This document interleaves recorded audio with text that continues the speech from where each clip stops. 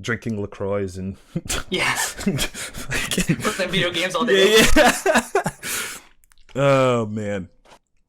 I guess so. How are you doing? How have things been for you? Um, I've are you already allowed to say started. awesome? I've already Yeah. started recording. It's fun. But I so things have been pretty good. I guess you've been kind of nothing's really changed that much for you. I guess. Um, I mean, a lot's changed. I definitely feel it. Not going into work, working from home is totally different, Mm. and I love it. Um, yeah, it's just awesome because I get just the right amount of connection with your coworkers that you get to see them, talk to them every day, catch up, kind of talk about work, and um, then you move on. You get your stuff done, and you're not distracted. I'm sitting on my Yeah. couch. It's awesome. How I about you? it has not been as awesome. Yeah. It's not the worst. Like things definitely could have been way worse, but I there's I guess in terms of like money and like business stuff and professional life, that's probably taken the least amount of hit, I would say. Like yes, I don't like I got furloughed, I guess is the correct term. Furloughed, yeah. Yeah. Um but I'm more fine with that. I think the what's the word I'm looking for? The psychological thing has been hard. Okay. I'm on the other end of it now, which is good. But that sucked. That was not a fun time. Um, Is but it just being alone? What do you think it is? it's a lot of things, man. Like I think Lack of routine? being alone is not fun. But I think I've kind of come onto the other end of that, of like kind of dealing with that. Um, the I guess I don't know if I'd say lack of routine, because even in this, I kind of made a routine for myself. Like That's good. I would Because lots get of up. people out there are probably screwing up their sleep schedules and Yeah. staying up all night and waking up at weird times. And I've definitely started like waking up later than I normally would. I kind of started fixing that very recently.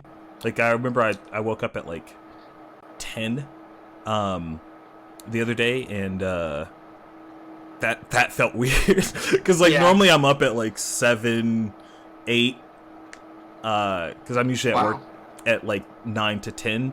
So not having that thing that early in the morning, I was just kind of like, oh, okay, I guess I'm up now. But the MMA stuff has been helping. That's really good. Even though it's like not the same as going into the gym, which I think Yeah. they're gonna open up pretty soon, which is nice. It's Do you know that Florida Morons was the #1 trending on Twitter really, yesterday? Yeah.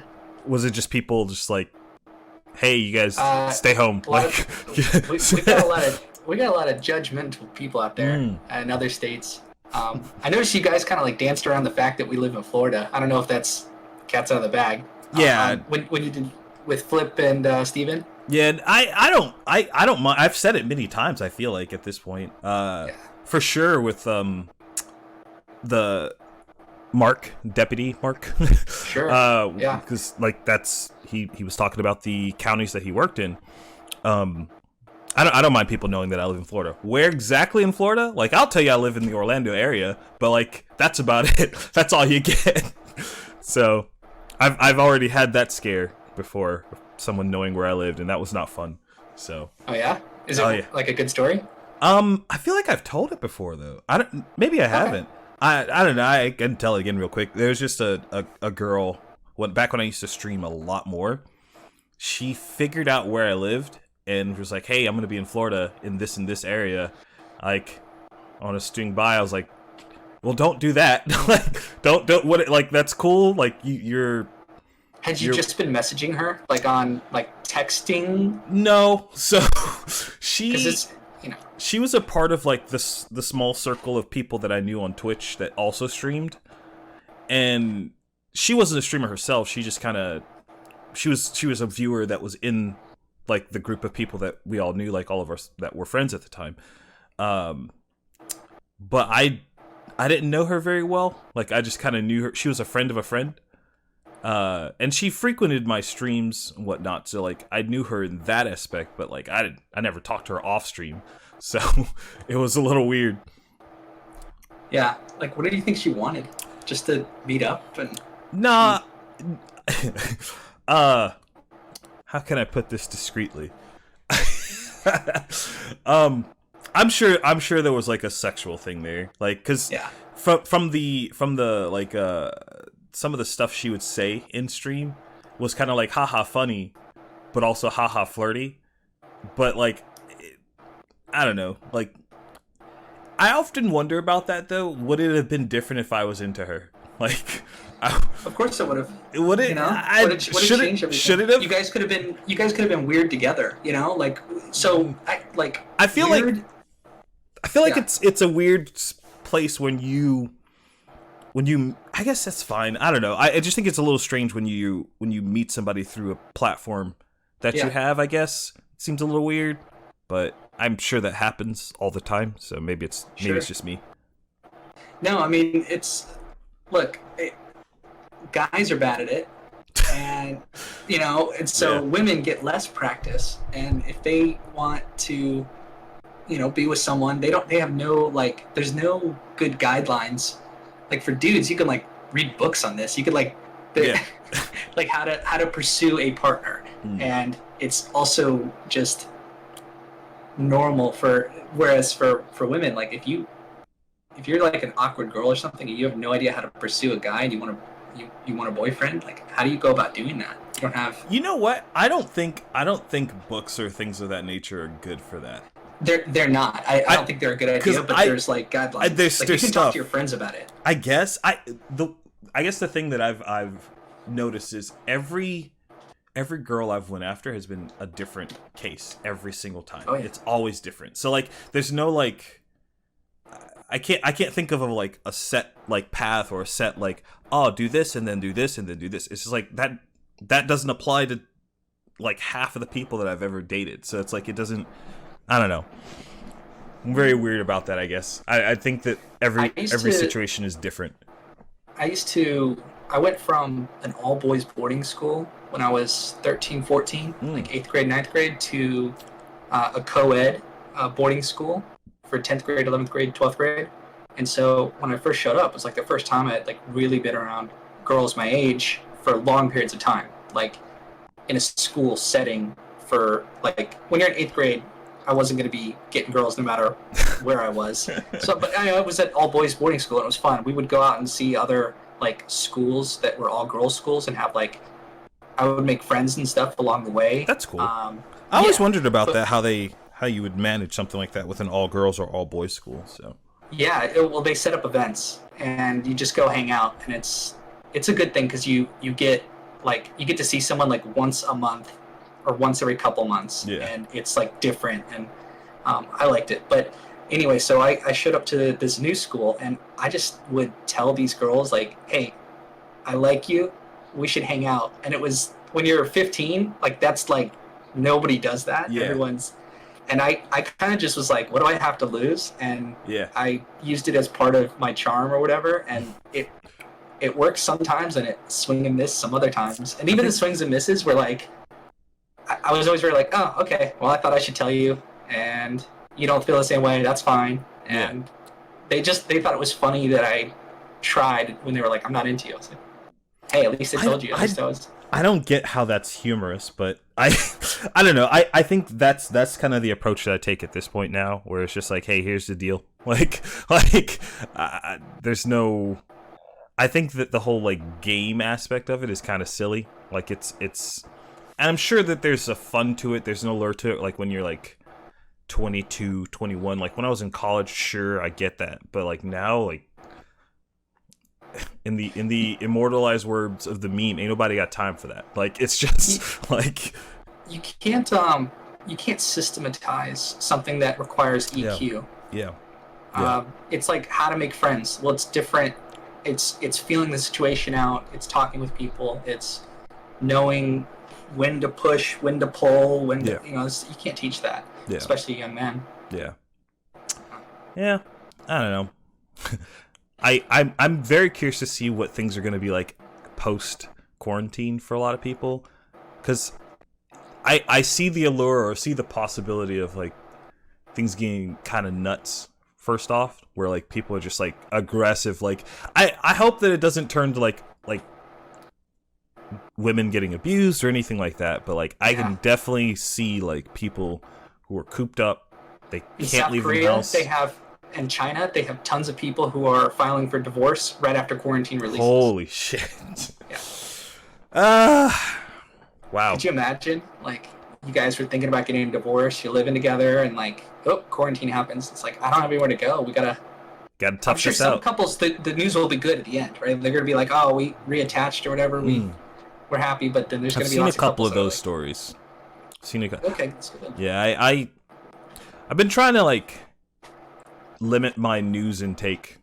That's something that I've Absolutely. kind of like that's helped out a lot. Like if you it's and the thing I've made a point to is it's not that I'm throwing away my phone. Like I still use my phone and I still like I'm replying to text messages and like Instagrams and stuff like that. Like I still have it, but I'm making sure that when I'm picking it up, I'm not filling my head with just a bunch of negative shit. Yeah. Like I had So. Twitter. Like Twitter keeps notifying me of stuff, and none of it's good.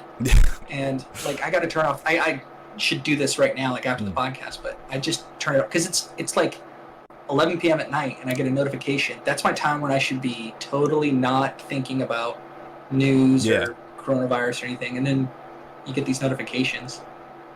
Do you have like what is it that is it you seeking out news, or do you think news like finds you?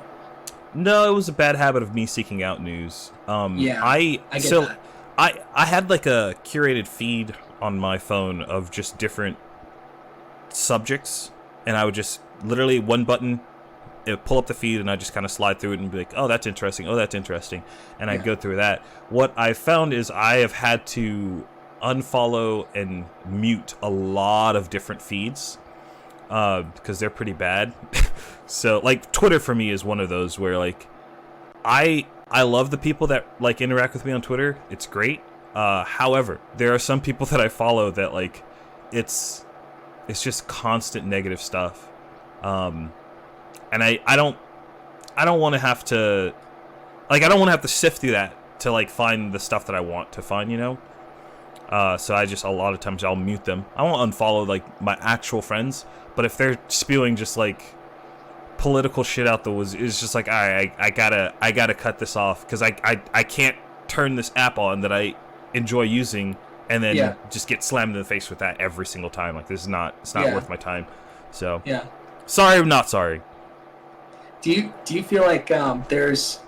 I think that's very normal, but some like a part of me even was like, oh, Joe, you just need a better thick skin to develop your because I that's the response I would have to myself. I would go, it's on me to not look at that or not let that affect me, but it still does. Like there's not much you can do when it's constantly coming at you and you don't have any escape. I mean, how invasive have like advertisers gotten to our lives? It's on your phone. It's on your videos you want to watch. It's different. So like the thing that's what those tools are for though. Like so if I want to if I personal though. Yeah, if I want to go and find that kind of information, I can find it. Like I'm not an old man. Like I know how to use Google. I can if I want to find something I can find it.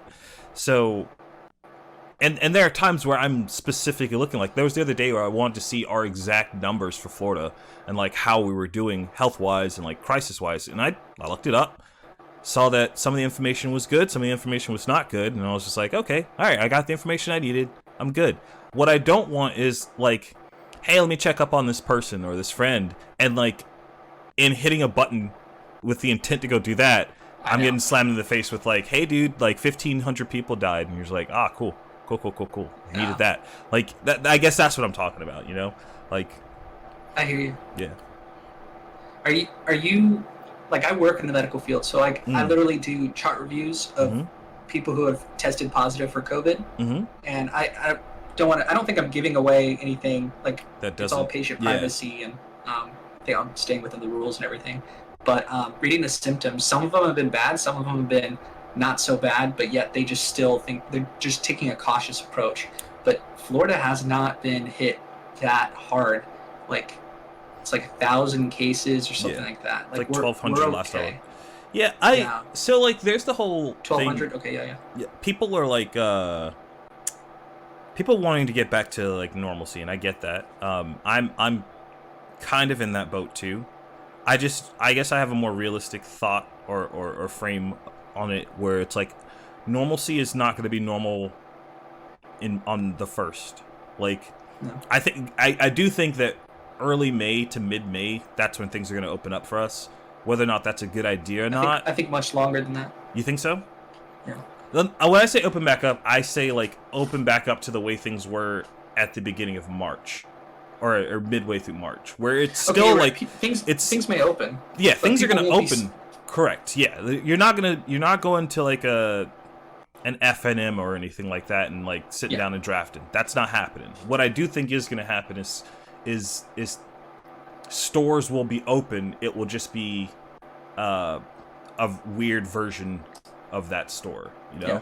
So I think you're right there, because the social distancing is like what I've been thinking about is that none of this is going to go away until they have a vaccine, Yes. and even then until Yep. everybody gets vaccinated. Yep. So, and that's going to happen in 18 months, or a little bit less, but Yeah. on the realistic end, like 12 to 18 months. And I don't think most economies cannot survive 18 months of just shut down. Like, so, like, I don't. Yeah. There's no way that. Yeah. That's kind of where I'm at too. Like, I know us specifically in Florida. It's one thing for when businesses have to lose money, but when the state is losing money, I think they're more inclined to open things up, and I think they'll probably make that decision faster than other people would have because their money is on the line too. So. That's kind of where my headspace is at. I haven't seen any information to disprove that theory yet. Granted, I haven't done a lot of research on that, so, Yeah. I don't know. Right. Are you concerned about the virus itself? Like you walking outside and getting it? Absolutely No? not. It's not, so like, this is really, I'm not saying this so that I think other people shouldn't be. The only reason I'm saying this is because I take okay care of myself. Like, I'm in pretty decent shape. I don't have any, like, respiratory issues. I don't have any, like, medical issues. Like, I'm a pretty healthy dude. So, and that being said, there are people like me that have contracted it and have died or had it pretty bad. So, like, to a certain degree, I'm like, I don't want to get it, but I'm also not afraid of getting it, if that makes any sense. Like, I'm not... Yeah. I'm going to go and do my normal day shit, and then... if I get it, I get it. I'll deal with it then, but I'm not allowing the fear of it to make me not be able to get back into the swing of things, you know? Especially if we're not going to have a vaccine in God knows how long. Like, that's just not a reasonable fear to have, in my opinion. Like, Yeah. I'm sort of the same way. I mean, I go out about once a day just to get for my sanity. mm-hmm. Or sometimes less if I have food here, but like I'll just go out just like I've been going to some Thai restaurant in up by me. Yeah. And just rat about. Like 5 days a week, and they know me there, and they're like, "Oh, what's up? What's up?" And yeah, I feel like I'm supporting, and it's like delicious food. Yeah. So Hey. Yeah. I've been just doing a lot more cooking. Yeah, that's good. I used to be a grill cook, actually, and so I was like, I got good at cooking. Yeah. And then just stopped it for a bunch of years, and so now I'm like, but I'm okay. I got the basics. What was I gonna say? I was gonna ask you something. Oh shit, my bad. No. Talked about Thai food, and then you were like, "Hey, I'm here 5 days a week." Oh no, I forgot. Oh no. Shit. I mean, no, you're good. I mean, we could kind of get into the. I don't, not to change subjects, but I do want to talk about the thing that you proposed about like growing channels and whatnot. And I guess before we get into that, we can kind of talk about how if this is like changed how you've done anything channel wise, video wise. It's kind of slowed. So it's different, right? So we do a movie podcast where it's me and Corey doing podcasts about movies. So what we do is just watch a movie and then talk about it, and then using our, like, we're not going to break it down and analyze the entire movie, but we do talk about what we like about it. Yeah. And we rib each other, and like we're just good friends, and it's just very like easy to talk with your friend for like 2 hours about movies. And if you kind of make a show around that, that's sort of fun.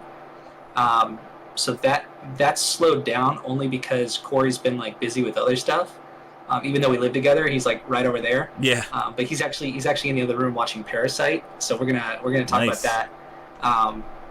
And then the other show I do is a magic show, like Magic Arena. Yeah. For limited for drafting.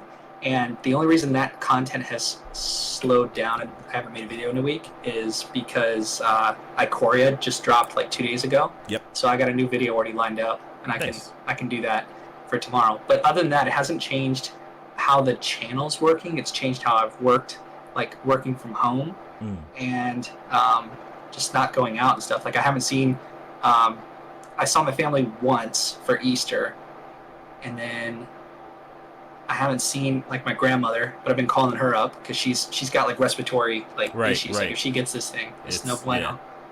Yeah. But yeah, other than that, my girlfriend's an emergency department nurse, and so she's actually dealt with COVID positive patients, and so like at one point she had to do like self-imposed like a 14-day quarantine. Yep. So she didn't come over, and so me and her had like Skype dates where we went on Skype and just like watched a movie on this screen, and me and her on the other screen. That's cool. Yeah. So that was a good time, and that's how we've been getting through it. Yeah. Hey, like you got to do what you got to do. I think it is cool though that you've found a way to keep things going. I guess things didn't change too much, but it's still good. I'm mad that Crane's Roost near me is closed. Yeah. I can't do running. I was go out and run every day and just kind of like dart around people. I just go on my block here. Like I'll run around it. It's I don't know. Hey, Joe, do you think people are fearful when you're outside and you kind of like lock eyes with them? For me, yeah, 100%. What do you mean? I get that a lot. Yeah. I've gotten that. I don't know why I still remember this, but there's I wasn't running. I think I was just like literally walking from one place to another at a pool party at an anime convention. And I remember a girl, some random girl, she was just like, "You look upset." Like she was just like, you seem angry." Like, and I forget, she said something to the effect of like, you're not gonna get any girls like with that expression or something like that. And I was just like, what? Like, I'm literally going to get a drink. That's like when a guy tells a girl you need to smile more. Yeah. It was basically that. And I was just like, all right, cool. Like, and then just kind of went on about my way. But I think I just kind of have a demeanor about me that seems like I'm upset or that I'm, I don't know, not happy. Sometimes that's true, but like most of the times that's not the case. It's usually I'm in thought on something that's probably something I shouldn't be thinking about, but it's not that I'm in a negative mood. It's just that way. But I think definitely when I'm running, I don't really lock eyes with people. I'm very cautious about what's going on around me though. I'm always like turning around and like making sure there's no one like behind me or like checking around. Like I'm just very, very alert. Even though I have headphones on, I'm just very alert to what's going on around me. 'Cause I know like it's more of a scary thing for girls or for women, but I think anybody you should, especially because I go running at night usually. So like it's like you just kind of have to. I think anybody should just be alert if you're going to be aware of your surroundings. Yeah. So you know this, like we go out like with lots of people, and like sometimes you're with like a group of people and there's like one or two people that are just totally unaware, like they're just gone, doing stuff, they're saying stuff, and it's just like you got to be like. I grew up in cities. Like I went to I grew up in between DC and Baltimore, and I would go to Baltimore and DC all the time, and just walking around generally, you know, you go from nice areas to a little bit worse areas to nice areas. You just got to be aware. Yeah. If you're walking to your friend's house, you just got to be like, okay, I'm not gonna act like an idiot, or I'm gonna walk with my head up here, and then here I'm putting my head down, and Yeah. like when I'm riding the subway, just I'm not gonna interact with that person. I get bad energy from them. Yep. And then sometimes you just get crazy energy, and that's okay to like sort of like interact enough with them to tell them like, all right, hey man, this is Farragut North, this is your stop, man. You got to get out of here. Yeah. Just like how much to talk to like a crazy person in the subway to disengage, or to like, we're gonna end this right now. So I remember being like 16, 17, just like I would ride on the subway like every morning, and then like in the evening come back, and you just experience like crazy people, just like ladies screaming. And this one time, this one lady was like, I lost my daughter, and she's screaming, and it's like, what? And everyone's ignoring her, and I was like, I was a young kid, I was concerned, and I looked over, hey. And the guy was like, dude, she says she does that every day. Like, you gotta ignore her. She's on this spot all the time. You can't, don't pay her any attention. It's just a weird interaction. Yeah. That's hard. I've never lived in like packed cities. Like, well, actually, I've never lived in anything remotely close to that. Now I'm thinking about it. I've literally lived in 2 parts of South Carolina, kind of North Carolina-ish, and then here, and never really had to do like public transport. I've done it before because I've been to Boston. I've been to like some of the upper north cities and states, but I just it hasn't been something that's been like a part of my life. I don't know if there's a degree of me that's like, yeah, if she's actually crazy in that situation, like, yeah, I guess like you have to ignore it. But there's also the other side is kind of going like, well, why is she like, why does she even think that? If she doesn't have a daughter, like, find this woman some help, like there's a part of me that's kind of like, well, I get it. You're technically not responsible for it, like, you don't have to, but if someone is, like, mentally unstable, it seems like you should maybe do something, I guess? I don't know. It seems a little strange. I think you're exactly right, but the thing is, it's just weird when you're in a situation where nobody's going to help you either. Like, if you wanted to go and be the one guy to help, no one around you going to help. And that sounds kind of like, it's just the way cities operate. It's just, you just feel the energy of other people, and you go, wait, if that's an unknown, if you were in the jungle and you picked up a mushroom and you said, this looks really good, and you like ate it, it's not a smart move because you're out of your element. You do what the natives do, you do what the tribe does, you follow along because you're in an unfamiliar environment. This is the city version of that. You don't fuck with people that are crazy, or just let them be crazy, and you can have empathy, but it doesn't get you anywhere. And that's a little harsh, I know, but it's everyone sort of adopts that to keep themselves safe. Yeah. I don't know. That sounds, but you're right though. That sounds really like depressing. There's a balance to that. I think like there's the side where that's correct, where it's like, hey, like self-preservation first. But I'm the type of person that would be like, all right, I'm not gonna do anything about this here because that's not gonna work.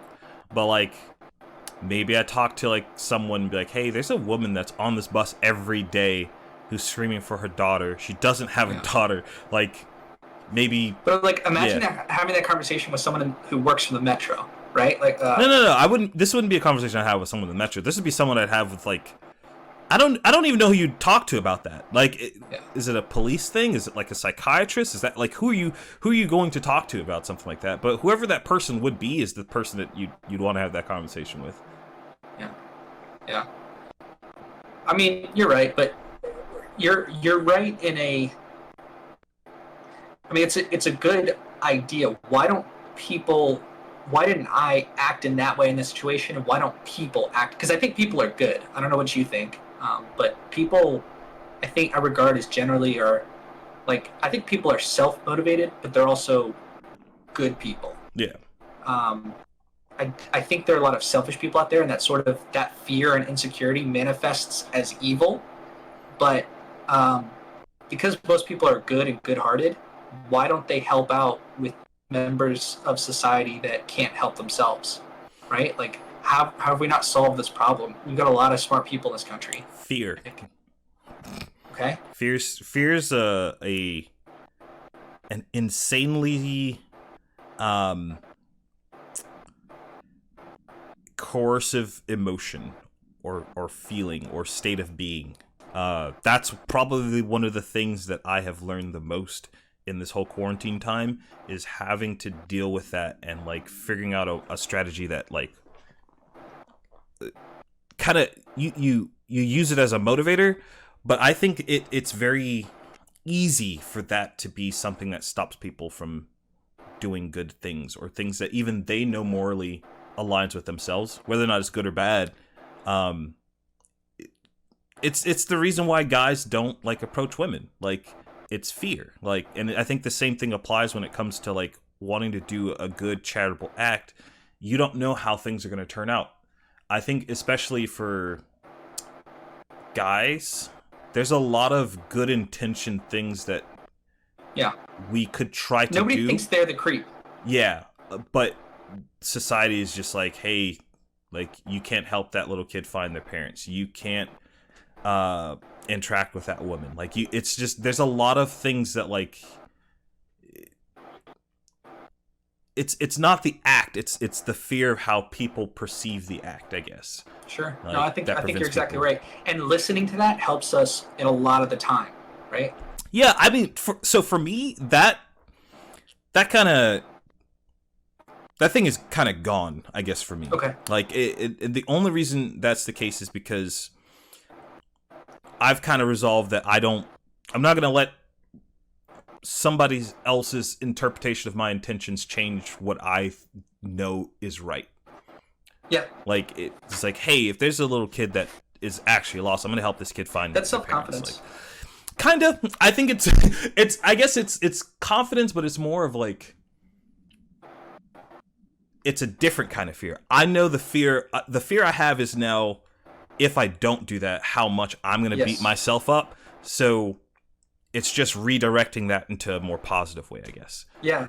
No, that's like a lot of like, I think that's maturity, right? That's long-term thinking. It's going, like, I can't be like a coward, or I can't be a small-minded person in this situation, or I can't be a coward here. I gotta be the person I would like to be. Right. You know, but I'm gonna do it now. This is the time to do it. This is the time to exercise the person I want to be in the future. I'm gonna do that now. I'm gonna face my fears. I'm gonna confront. If someone says something wrong or messed up, I'm gonna go tell them, like, don't say that or do this, or identify. Like, I'm gonna go fix problems, because like, problems keep coming, man. They do not stop. I was watching, or one of the things that like made me kind of tune out of the news was there was this thing like, the worst possible situation for Floridians right now. It's hurricane season. Like, hurricane season's coming around and everything's shut down. And I was just like, dude, what are you doing? Like, why would you write this article? Like, what's it's irresponsible. Yeah, it's just like, I get. I get the, like, hey, yeah, this is gonna get clicks, but like, god damn, man, like, there's no reason for something like that. So like, I don't think that person did anything wrong. I think that person is acting in self-interest, which manifests as I don't want to say evil, but poor. It's just bad. Bad for many people. You're causing so much anxiety to other people unnecessarily because you think what you're doing is right. No empathy in that article, none whatsoever. There's no, like, hey, yeah, people have lost their jobs and they're already, like, on edge, and some people don't have money put aside to, like, take care of themselves. What if I threw this thing at them, too? It's just like, yeah, they're gonna click on it because they're already, like, yeah, like, business side, the unempathetic side, yeah, that's a good business move, I guess. But damn, that just seems like such a... So I'm a business, like, I'm getting a master's in business. Mm-hmm. Nowhere do they that is not good business. You don't think so? Absolutely not. In my head, I go, that is perception. It's branding. It's a. I guess it's not a good long-term business. No. In the short term, it seems like, yes, this is something that everyone will click on. This is something that, like it's gonna catch people's eyes. If you live in Florida and you see a thing like it's like yeah, but what value do you provide beyond this short-term click? Yeah. Because it's like being an accountant and having all this data and saying we're doing really really well or really really poorly. Okay, I don't care about the data so much as what's my next step. Sure. And it's like you get analysis paralysis, and this is short-term value. This is not long-term gains. You might get a click, but that doesn't act. It might get you a couple cents on the dollar, but it doesn't get you the dollars that you want in the future. You lose branding. You lose like it's a bad look, and I think I think long term it's bad. I think overall it is bad. You're right. Yeah. I just man, that was one of them. Do you know what it is? It's a lot of journalists have lost their journalistic integrity. And I don't mean that in the old school. I think people who actually in their heart wanted to be journalists have that, and they retain it mostly.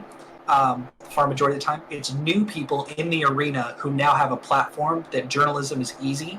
So you get some kid who fresh out of college who doesn't really take the ethics courses, or maybe just people that aren't like in tune with it, what journalism actually is, doing stuff like that, sending it out to people, and you're just not helping the situation. You know, I wonder about that sometimes, where it's like, is it I guess it's not fair, but is it inevitable that when you have bad apples like that it just spoils everyone? Because I think we definitely got to a point, I don't know if we're still there, where people just did not trust any journalism whatsoever. Like and I think there's still some people that are in that point where it's like I find myself that time too, when people are like, well, here are these numbers, here are these statistics. I'm like, but where did these statistics come from? How are these numbers like used to like what's the if they could you can take any group of numbers and adjust them to make your point, you know? Like so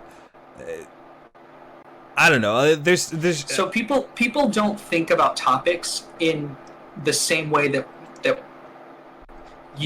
everyone thinks that they do. So what I mean by that is journalism.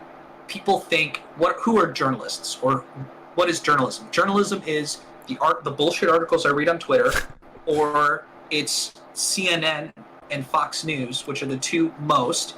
And CNN and Fox News are not journalism. They are tangentially, they're secondarily journalism. They're primarily entertainment, as we all know. So what they do is not the top value is not to bring the truth to people and free speech and all that stuff. It is entertainment dollars first. Who's our target demographic? Let's appeal to what they already like. Yeah. And so when you and I and other people that aren't journalists tangentially for 20, 30 minutes a day think about journalism, or less than that, 10 minutes a day, we have these two associations. What I see, which is bullshit on Twitter and stuff, and what's popular, which is like in the zeitgeist of American culture. You have the CNN, Fox News, which aren't even properly, like they don't conduct themselves with integrity perceptually. Whether they do or not, I'm sure there's individuals, but people have lost faith. But like our generation, CNN and Fox News are going to have to change a lot of things up. Like Fox News has gotten okay with trying to get our demographic of people like.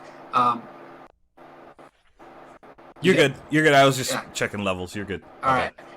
No, yeah. But like they're kind of good at like grabbing like conservatism, like gamers and stuff, like young men and women, bringing them over. But CNN and like that, all that stuff, they are not gonna last with the millennial generation who does not consume them. Yeah. You know, like you've seen on CNN, like them trying to do YouTube videos. They've got like some quirky guy with all these posters. Those. They're so bad. I love them too, but not because they want me to. No. They think that's good content. They're trying out there. They just need to hire a couple of 25-year-olds and give them $100,000 and say, like, hey, make it. You know. I would like companies to be more open to doing stuff like that. I guess. I don't know. Good ones do.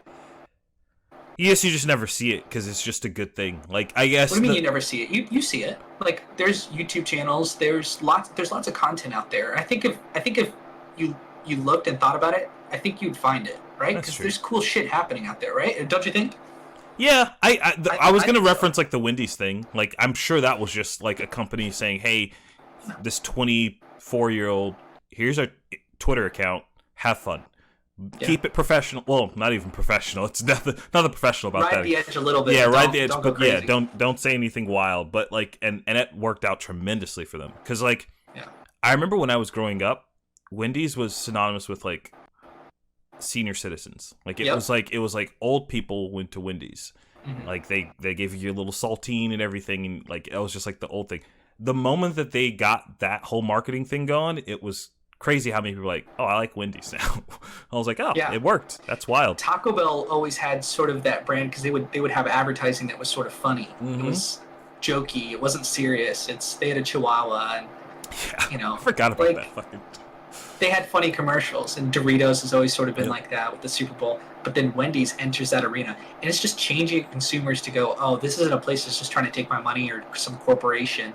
This is like an actual like company with real people. It has a sense of humor about itself." Yeah. And I think that clearly works with our generation. I think it works to a point though. I think there's definitely a. It could be cringy. Yeah, it's literally like a curve. Like you get to a point where things get bad, and you can tell that you're just pandering towards a particular audience, and they realize that too, and they're just kind of going, "All right, we get it.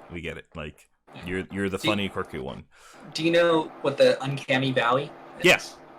Yeah, so it's like that. Yeah, it's exactly like that. Oh man, I guess in that same realm, I guess when you're going for a business degree, as far as YouTube and channels and like content creation and whatnot, which you know what, the more I say content creation, the more I hate that phrase because it's like content creation is anything. Yeah. Like it's such a catch-all term, but yeah. But you know what I mean by that, like YouTube videos, streaming, all that stuff. Yeah. How do you have any plans in terms of like how you intend on marketing to get more eyeballs on your stuff? Yeah. The frustrating part is I have ideas, I have plans, and we live in a very just changing time. So if I read a book about marketing from 5 years ago, or I talk to a professor who 15 years ago worked for a marketing company, which I've done both those things, the information's outdated. Like it's the core principles are right, but it's a lot of shooting and missing and guessing and seeing what works and then trying to measure what works and then adapt it on the fly when it comes to marketing. And so with YouTube and trying to grow a channel like this, I have some like fundamentals in my mind and things I want to try and avenues I want to pursue, and I'm not sure if they're going to work. And I'm just one person on this operation. Yep. I've got Corey, who's a co-host, but really when it comes to, just to give background, I do pretty much everything when it comes to the channel. He kind of just shows up and says, "Where's my beer? Let's." But I like that interaction because I've given him, if he wants in more, he can do that, and he said, "No, that's fine. It's always open or whatever, open communication." But so I have these ideas about how marketing sort of should operate, but it's more entrepreneurship. Entrepreneurship is trying, failing. And then one thing hits that you didn't think would happen. Yep. So I'm kind of taking that approach. Is that? Yeah. I don't think this is a good business venture. I'm not sinking thousands of. It's I want to do. Yeah. It's not about the money. I don't believe in investing money before you invest time either. But there are some things that I have tried in the past and seemed to have worked back then. I haven't tried them recently. I was going to. I think it was either you or Corey that I spoke with, and I was like, "Yeah, I'm going to do this really fun thing." And I was going to test it out, and I was going to do it for your channel. And the fun thing was, I was going to buy ad space for your YouTube channel, and I was going to post it on like Twitter and Facebook and see what happened. Because A, I think you guys deserve more views than you have, and B, I wanted to see like if that was still a viable thing. And so then the world ended, and so I didn't do that. But I still want to try it because I want to see if it's still a viable means. The other thing was somebody recommended that it doesn't necessarily need to be a video, like a homepage video or a landing page video, be like, hey, welcome to my YouTube channel. This is what I do. But it does need to be like a video that you think well represents what you make on the channel. An introduction. I almost don't want to call it an introduction because what I'm looking for is I want to find something in the middle between a podcast and some of the game stuff that I do, the video game stuff I do. And once I make a video like that, then I go, aha, that is it. It doesn't need to be an introduction. It's like, hey, my name is Joe. This is what I do. I actually don't want those words in there at all. What I want it to be is like, if you watch this video, you know what to expect for the rest of this channel. That's the kind of video that I'm looking for. And then like a good piece of content for that 1 minute that you catch their attention. And it, I get that. And so then I want that to be like the feature landing page video on my YouTube channel. That's the video that I'm gonna like throw out there and be like, hey, like maybe boost the post or something on Twitter or Facebook or something like that. That's my next step in terms of like marketing, I guess, for what I want to do. I'm on the fence about stopping streaming altogether. Yeah, I talked about this last week a little bit, but it's not that I actually made a video about it too. I don't know if I uploaded it or not. I don't think I did, not yet. So I have to upload that first before I upload this one. But I don't know if it's worth the headache that I put into it now. I think it will be later down the road. But for now, I just don't know if it's really... Like, me spending 4 hours streaming could have been 4 hours working on a video. I think that's cart before the horse. Yeah. I think streaming comes after you have a demand for it. I've always thought this. Yeah. I think you actually told me this a long time ago. Yeah. I mean, but this is funny because we're coming off me streaming last night that I got some good content. But it's because we're in quarantine and I've literally been at the house all day, and I'm like, I might as well like work towards something. And I actually got a footage, like video from that. I'm gonna make that into a YouTube video, which is, I think, what you're the same idea. That's what I usually do. To make YouTube. I recorded this really terrible game. I don't know if you play Metal Gear. You know about Metal Gear? Yeah. So this game, that's not Metal Gear though. It's not. So it's actually a fun. I've told this now every podcast now, but it's always a good funny. So basically, Square Enix realized that Konami hadn't made a Metal Gear game in so long that they just were like, yeah, let's just make a Metal Gear game. We will hire the graphic artist that makes the cover. That's the same guy that made this. Yeah. Which I love the artwork. Oh, artwork's great, but the game's ass. Like, the game is pretty bad. Like, it came out in the same year as Anthem, and it still scored, like, the worst game of that year. Like, it's really, really bad. So are you playing it? Or? I did. I streamed it a couple of days ago, and I streamed it to record it, and I wanted to make a video of it. Because I was like, how bad could it be? It's real bad. Like, it's like all the worst things from Metal Gear. Yeah. And plus bugs. Plus, like, not explaining things. Like, it's really, really bad. Yeah. I don't know. So what's your draw there? Because you're so this is how I have to think about myself. Not because I have an ego or anything, although I got plenty of that. Yeah. You're a director, right? Okay. You're a director. So you have to direct, because we're small business owners, we're CEOs of our own small little enterprise. You're an entrepreneur. I'm an entrepreneur right now. We're aspiring. We're trying to get there. Whatever there is.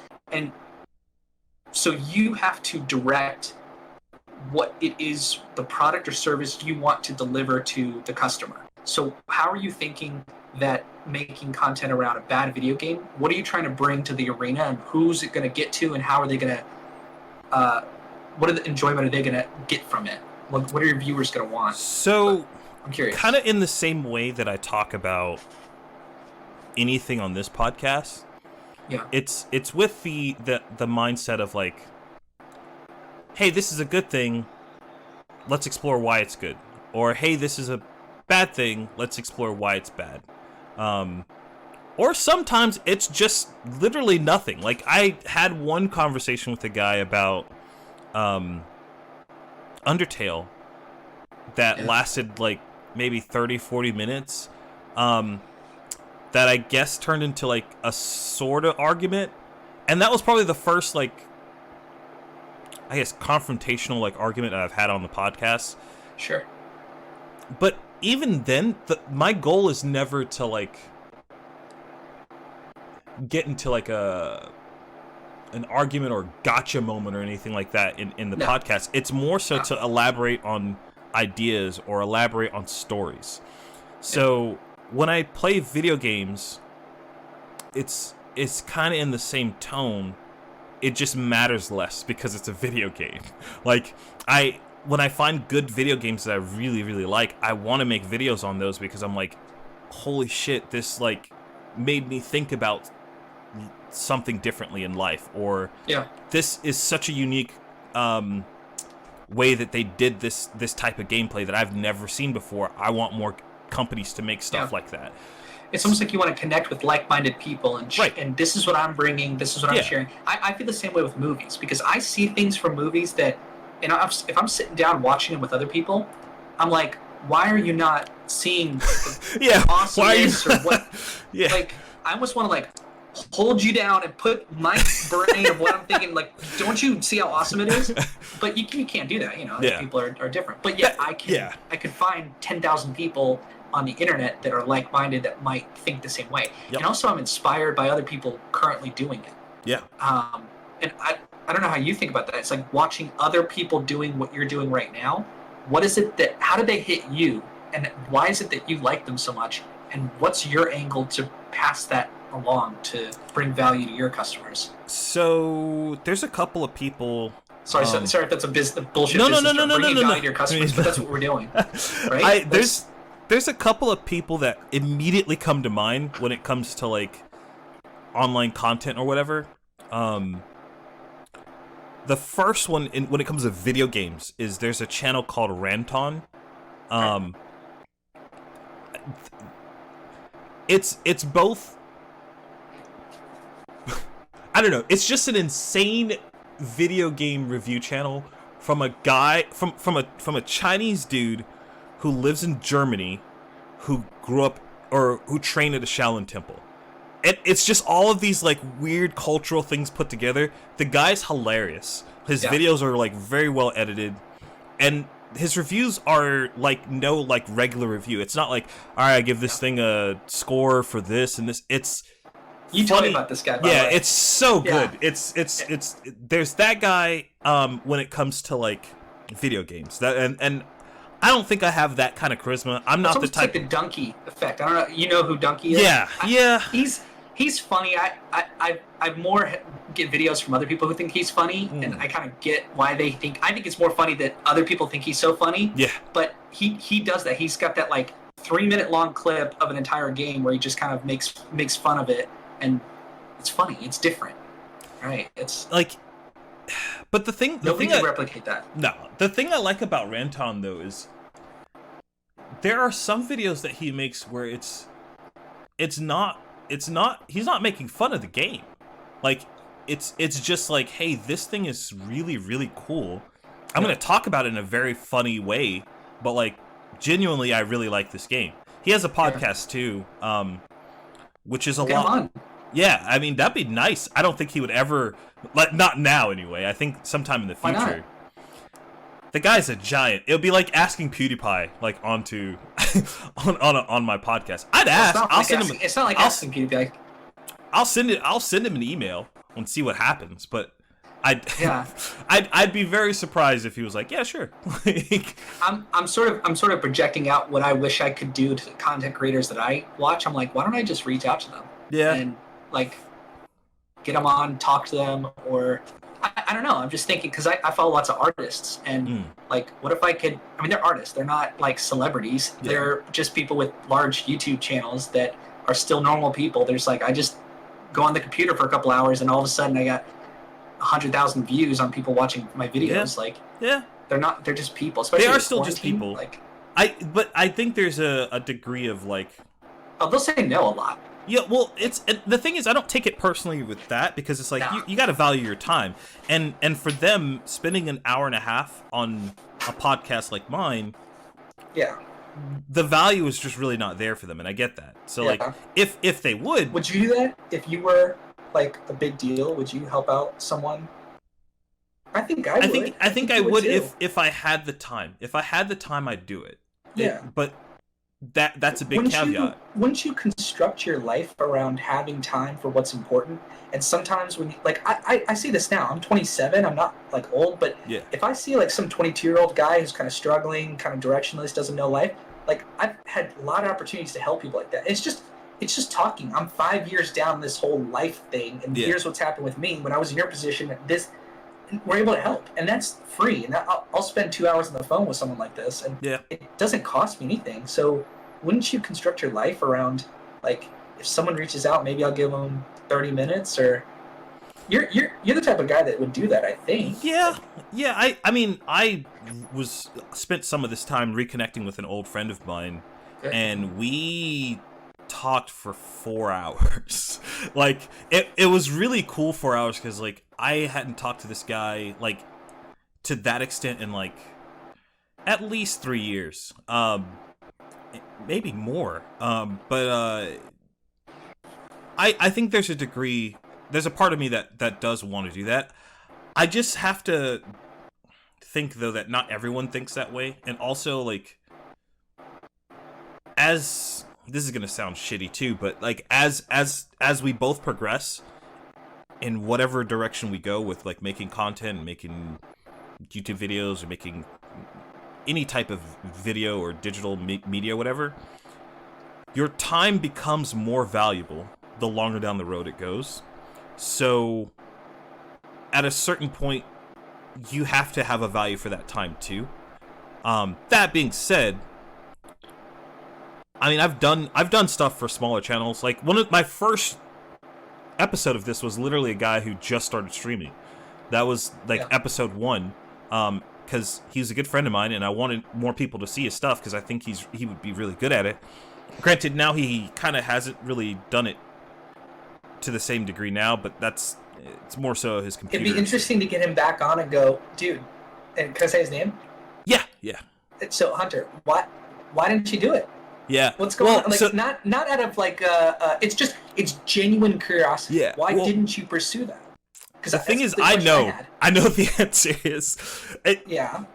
So the first thing was like unfortunately his house got hit by lightning, and so he had to like move out of there to the, like, not like hit by lightning and like, oh, power's out or whatever. Hit by lightning and there's a hole in the side of his house. Like, that's how it was. So he moved out of that apartment, got a new place, computer went down. He's currently working on getting that fixed now, and may have it fixed now. I may have to talk to him. But yeah, just literally a string of just very unfortunate things. Those sound like reasons, not excuses. So that's it's not. And I've wanted to have him back on. I wanted to have Mark Daly on again too, because he's had the exact opposite thing where, like, I had him on when he was like grassroots first starting, and now he's blown up. Like, the dude, he used to do the Pokemon like card game streams, and he'd average like 50, sometimes over. Well, actually, there was a couple of months where like he'd stick over 100 viewers on Twitch. And like, he's just really, he blew up. Unfortunately, the quarantine thing has really, really put a wrench in the cog, or whatever. Whatever. I don't know what the saying is, but I think he'll be fine once things start back opening up again. Like, he has the. This is all just. This is just how the economy goes. You have to adapt. So I went to Four Rivers, and they have carry out like not quite drive-through because they don't have a drive-through, but you order online and you drive up and they give you everything, and they have like a shelf, and you can buy toilet paper, you can buy the hot sauce to go with your wings, and this is a barbecue place, by the way. Yeah. And like you can get everything you want. So they were selling toilet paper. That's crazy. It's like that's you're cool. adapting. Yeah. You're switching up, and like your revenue's not going to be as good, but you. So he still streams. Like he'll still stream like Animal Crossing and like different video games and whatnot. And he streams like WoW. So like he hasn't stopped doing it, but I was actually over at his place a couple days ago, trying to help his girlfriend get her computer back up and running. And he was showing me like his viewership and like stuff and like how it had dropped. Not in the in the aspect of like, oh my god, this is the most important thing, but more so of just like, yeah, like this is just kind of like what I'm dealing with right now. And I saw it and I was just kind of like, yeah, it sucks, but I think he's gonna be fine when things get back around. Because the reason that people watched his stuff hasn't changed, and that's him. So I think he'll just pick right back up where he left off. That's beautiful. So, I love hearing success stories. I love hearing underdogs that come. Yeah. Like they have no reason to win, and they're not even winning. They're just working. They're better than they were before. Yeah, he's got that attitude too. Like I think that maybe not. That probably wasn't the case a couple years ago, but definitely now, like he's a lot more like, all right, this is the shit that I'm doing. Like, and it's like, all right, like every time I need to do it, I'm doing it. Like it has to be something important for him not to do it. So, I think he's gonna do just fine. That being said, I now that we've talked about it, I want to reach out to some of the people that I'm just saying, wouldn't it be cool? It would be cool, but like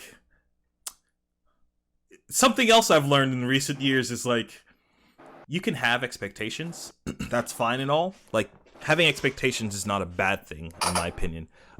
Having expectations without the realization that they most likely will not go in the way that you want them to, that's where things get bad. I don't think that there's anything wrong with doing things with intention. I do think it's wrong with doing things with intention and then being upset that they didn't come out the way that you wanted them to, because like there's so many factors there. Isn't being upset the second order? Like the first one you can't control, but your reaction to it you can control. Right. Yeah. So you can reach out and with like, I don't want to call it naivety, but like optimism and saying, yeah, there's no way they're going to connect back with me. Send, hey, like I did that 47 times and one person got back to me. Yeah. And that's a win. And I do think, I think something you said about valuing you got to put a valuation on your time. I don't think so, man. I think you do in a business sense of, if you are worth more, you have to act in such a way where you shouldn't be wasting your time. Right. Of course, I agree with that. But your time, the amount that we waste, we need like patience and long-term thinking, and there's going to be lots of misses, and there's going to be lots of time wasters. So if you're going to start your own business, you might have 2 months where you're trying something out, totally doesn't work. And was that a wasted 2 months? Well, it depends on how you view it. You might say the result wasn't there, but I learned along the way. Or like reaching out, like that person might get a whole lot from talking to you, a smaller channel, or you might get a whole lot of talking to another smaller channel, someone who wants to start up. And that's fun. It's how you view it. You can change that. I don't know if I'm making a compelling argument. No, I would say that, I get you. Yeah. When I said that, I was more so thinking from his perspective. Why? You're assuming. Yes, sure. Yeah, I don't know. It's me. And that's the other thing is maybe identify that and go, I already know he has no reason to talk to me, so here's what I'm going to propose or give you. Like incentivize things, right? Like you and me incentivize each other to get on this show and talk because I think I can like first of all, I just enjoy talking to you. Yeah, Scott. same. But there's things I can get from talking to you. Yeah. I'm practicing my podcasting. I'm getting to know you. I'm watching you succeed. I hope to succeed as well. I mean, it's helping. It's like recording. We're having a meeting. We're just having a jam session where we're throwing ideas back and forth, seeing what works, and maybe you inspire me to do something. Maybe I inspired you to, and that's communication. That's I'm learning. I'm growing from just us talking, and I'm getting something out of it, and so are you. And that's what this thing's all about, right? Yeah, I mean, yeah, it's true. Like, I guess I shouldn't project that onto someone else. I don't know. Might be worth. I mean, you're probably right. That's the thing. Yeah, because you're not a dummy. Like, you're probably reading it exactly correctly. But that's what I almost mean, like the optimistic naivety of, hey, I mean, it could work out. Like, I mean, we're doing something that statistically should not work. We're trying to apply logic and reason, but making YouTube channels or making content on the internet, if you think you're doing this to become a millionaire, you're doing it for the wrong reasons. Yeah. Now, I know there are millionaires doing it, but that's a combination of luck and the just weird things happening and the right, like, determination and will and right time, right place, and hard work and all that other stuff. And I know that you can't put a price on my hustle. Like, I can hustle, I can put out more stuff, I can keep doing it because I enjoy it. And I've still got my job, but the whole point is to get enough savings so that you could pursue what you really want to do in life. Yep. And the good part about entrepreneurship is that it opens up to you. If you're a self-business owner, like a channel, a platform, you can turn that into literally whatever you want. You can collaborate with other people. You can, if you want to talk about video games, you can talk about video games. If you want to talk about your favorite books, you can do that. If you want to talk about MMA, you can talk about MMA. I mean, whatever it is. Like, I guess that's the weird thing for me is my interests are in such like different like directions that's a little strange to narrow it down. I almost don't want to, but every tutorial video out there tells you that you should. It's like, oh, well, you should find your niche and then kind of like hammer on that. But for me, do you believe that? I think there's some degree of truth to that, because there's too many people that have done that and found success for there not to be. But I think that doing that is extremely miserable, because like, it's not a sustainable model. If you're if your intention is to start there and grow somewhere else, sure, by all means, like, go for it. But for me, I don't want to do that. I want my channel to be a place where people can see exactly what I'm about, and then if they're interested, hang out. If they're not, then that's cool. The thing I hope is that there's enough different interests that. What if you owned a restaurant though? Like, what do you mean? Just you're making good food. You're just hoping, like, hey, if customers don't come by, and then that's fine. Or if they do and they enjoy their meal, or maybe they don't like the food I'm cooking, that's fine. No, like, you got to serve your customers better. You've got to put up advertisements. You got to get them in your restaurant. You got to treat them right. You got to make them feel like $1 million, and then you got to serve them the best food that they've ever had. And then they walk out of there going, that place is awesome. You got to find the customers too. So like my mindset right now is like, I have a very small group of people that if I upload a video, they're gonna watch it. Like, awesome. They're the people that are subscribed and like they have the notifications and everything turned on, and can't thank those people enough. But I do want that group to grow. The thing that I'm trying to cultivate is that if I upload a video about MMA, or there's a possibility that further down the line, I'll actually start be able to take fights and actually compete, which I'm very excited for. Like, it's document that journey. That would be interesting. Right, like, and that kind of stuff to go alongside the podcast that I have. Yeah. So I think I would hope that it's a group of people that like they're open-minded people that are open to talk about whatever. Like, and that's the kind of person I am. Like, I'll literally sit down and have a conversation with people about damn near anything. Like, hopefully it's those same type of people, so that I can upload a video about MMA. I can then upload a video about Left Alive. I can upload a video, I don't know, like, it just, like, these different things. They'll never be, like, off tune. Like, you're never going to find a video on my channel that's like, what's up, YouTube?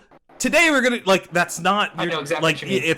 that's not my thing. Like, all of those videos will still have the same kind of vibe.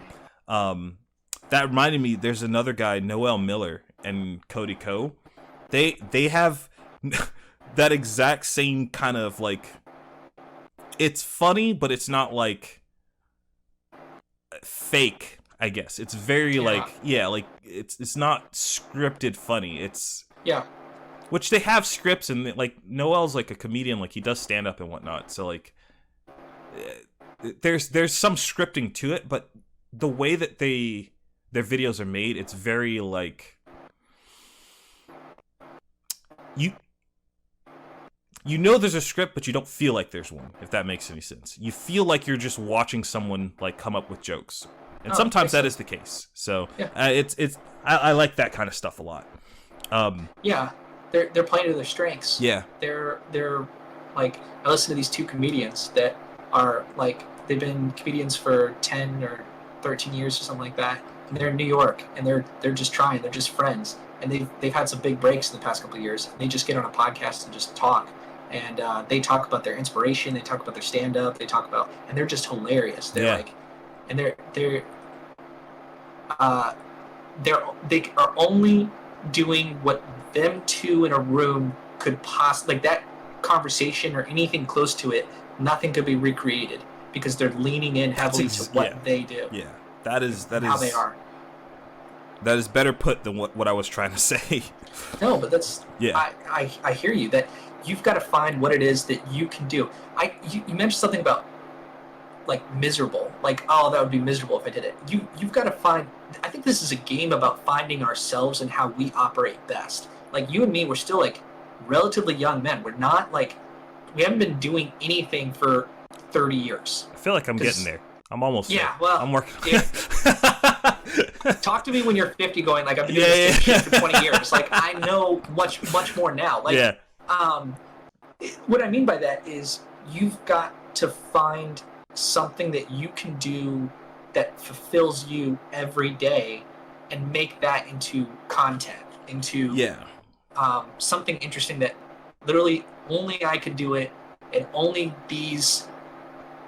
Now, if you want to be the most famous person in the world, you have to cater to everybody. But if I don't think you and me want to, but I'd be interested in people that find movies or Magic the Gathering drafting. Like, how niche is that? Yeah. It's not just Magic; it's drafting and learning how to, and also even more the Spikes version, not the play to just have fun. Like, I'm here to win, dude. I'm here to, like, get every edge possible that over my opponent. Like, reading the opponent, tempo, outvaluing them. Did you? This is kind of a very quick side note. Did you see there was an article recently about using the what is it called, the planned stops and phases in Arena to, like, throw your opponent off? You take me as the type of guy that would be doing that. Just like I've done that. I've done that. You pass the turn until they do something, and then you react to that. It's like, oh, I thought they were just gonna pass. Yeah, I've done that. I will talk about. I'll try to talk about that when I do it on my video review for the one I streamed last night. And it's not like I'm super intentional. I find that fun because if someone does that to me, I like watching other people do it. I come from StarCraft, where people are APM. They're doing as fast as possible on the keyboard. They look for every edge to cut corners. That's fun. That's enjoyable. I'm not some, try hard, like, what's, we're playing games. Like, God, you know what's weird? And now I'm going full tangent. Let's go. You saying that reminds me of some of my friends I've known for a bit longer, who come from a different card game. I don't know if it's worth saying what that card game is. You know what I'm talking about. And are you about to shit on them or something? You don't want to name them? A little bit. So, like, you saying that, but I know that you're the type of dude that's, like, willing to put in the work. But I wonder if it's, like, I wonder what's different about you, where like you use like you have the mindset of like, okay, what is the most efficient way, or a way that I can win efficiently, but also you're a stand-up person. Because I know a lot of people that have that mindset, but like are just mising like through life. Like that mindset is bled into other things. I'm like, dude, that's the worst possible way you can go through life. Like, so I think a reaction. And this is, I apologize in advance. I am not naming. I am thinking about other concepts that relate to this. okay, Men going their own way. oh, So here we go. If you get burned by a bunch of chicks or one or two chicks that you love, and your response is, "I'm 23 years old and I'm a man going my own way. I'm never gonna talk to women again and screw women." You have missed the point. You need to self-develop, and you need to say, what is it about competition or winning that I like, and how can I make this so that I have to be an adaptable person, and I have to get along with people I don't know, and I have to, like, you got to exist out in society. You got to be likable. Okay, that's the thing they teach us in the business degree, like getting an MBA. They literally teach us, you guys are business students. You're not going to be doing calculus. You're not going to be solving cancer. You are business students. Like, they don't tell us this, but like we're signing up for a master's degree because I can't do a medical degree. Like I can't. I'm not smart enough, right? But in that way. But what I do have that doctors don't have is the ability to learn EQ, if I'm sitting across an opponent, how can I get the most win? Because we're both here to win, but also make you so that you don't feel like an asshole because I beat you. You actually feel good, like, hey, that was a cool play that we both. And if I lose, how can I be a good loser? And if a girl rejects me, how can I take that and pass it along to be, it's okay, like make her feel all right, or make myself, my ego feel all right. We're all good. We're all better. Maturity. And some people are in their 30s and 40s, they never learn this. And the people you're describing may be sore losers that don't have their you just got to find your way to win correctly without being an asshole winner. You know, so nobody liked that guy in high school. The thing is, like, there's two things now I want to talk about because you brought up something. I gave you a lot. You did. So those guys, I don't think that is their thing, because it's not like they still. It is a little bit. Probably. I don't know, like, their relationship or like their love life or whatever, so like maybe, but they don't strike me as the people that have issues there. It's it's the type of guy that would be like, I'm gonna trade this little kid his $400 card for this $20 card because he thinks it's shiny. It's those type of dudes where it's like, yes, you can do that. Yes, it does. It is an efficient way of you getting ahead because you win there in that value exchange. But like morally, there's like, how do you get to the point where you think that is okay? Like, I don't know. That's those are the type of like guys, I guess, that I had in mind when I brought that up. It's not a sustainable model. If you do that enough times, it chips away at your well-being, in yourself, and it makes you an uglier person. Months out, years out, and you don't realize that. Like, that's the part about that's maturity. That's growing up, is realizing that if I'm actually like out to make the world a better place, it's better for me. Yeah. And if I'm out to make the world, screw everything, it's all about me. That's actually you're making the world a little bit worse, and that's going to come back to you. It's kind of karma, right? A little bit. It's like, don't screw little kids over by trading them nonsense, because that's not a reflection of you. First of all, like, you're a lot older, you should know better. Yeah. And it's I don't like to appeal to morals, because morals, like, we're all different. They're different. That's fair. I find some shit like that people say doesn't bother me at all. Like, I don't care. Like, but other things, I'm like, that's morally, like, you shouldn't do that. You shouldn't be rude to people. I think that's almost like a moral wrong in some respects. But then again, I interrupt people, which people think is rude to them. And it's like, oh, I totally don't mean that to be rude. But that's a difference in how we view things.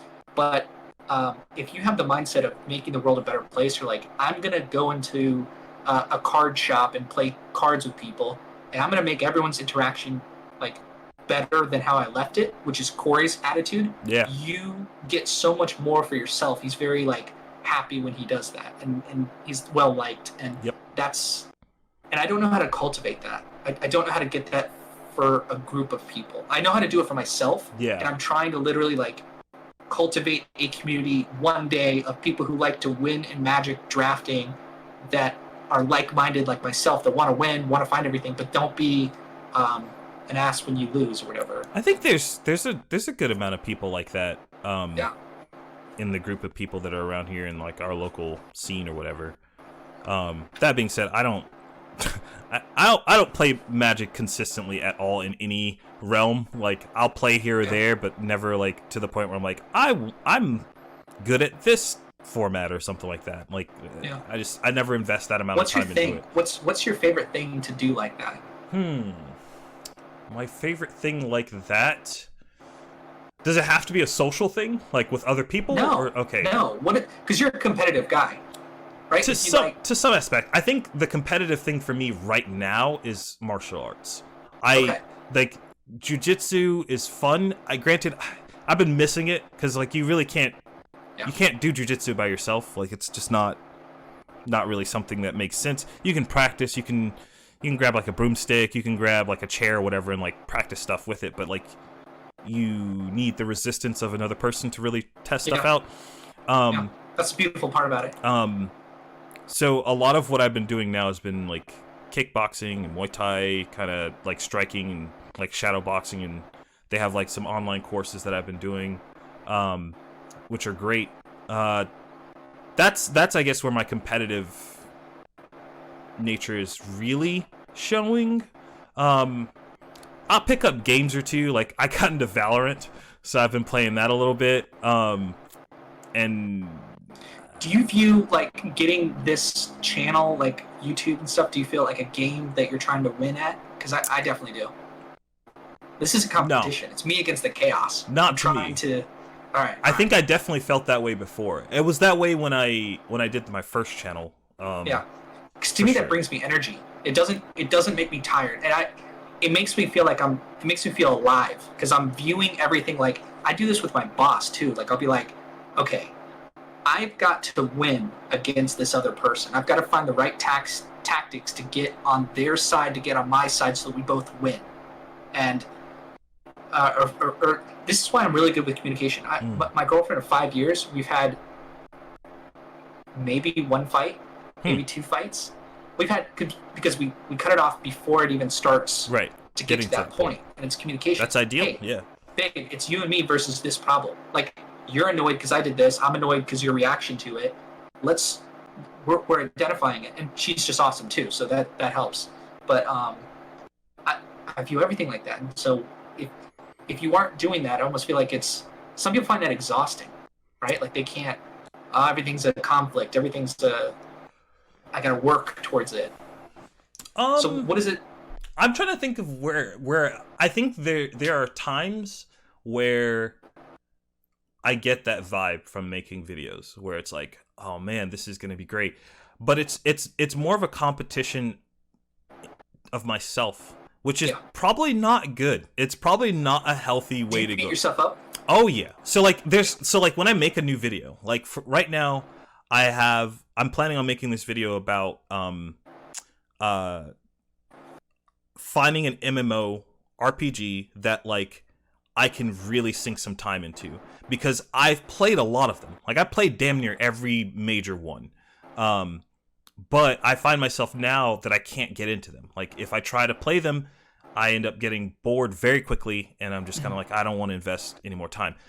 However, there have been some exceptions to that in the past where like I dove into like Guild Wars 2. I loved that game. Like I spent hours, days, weeks, whatever into that game. So I want to do that. However, I know the last gaming related video I made was really good. Like I really loved that Prayer of the Gods video that I made. I really liked that video. So I have to make sure in my head it's a competition against old me.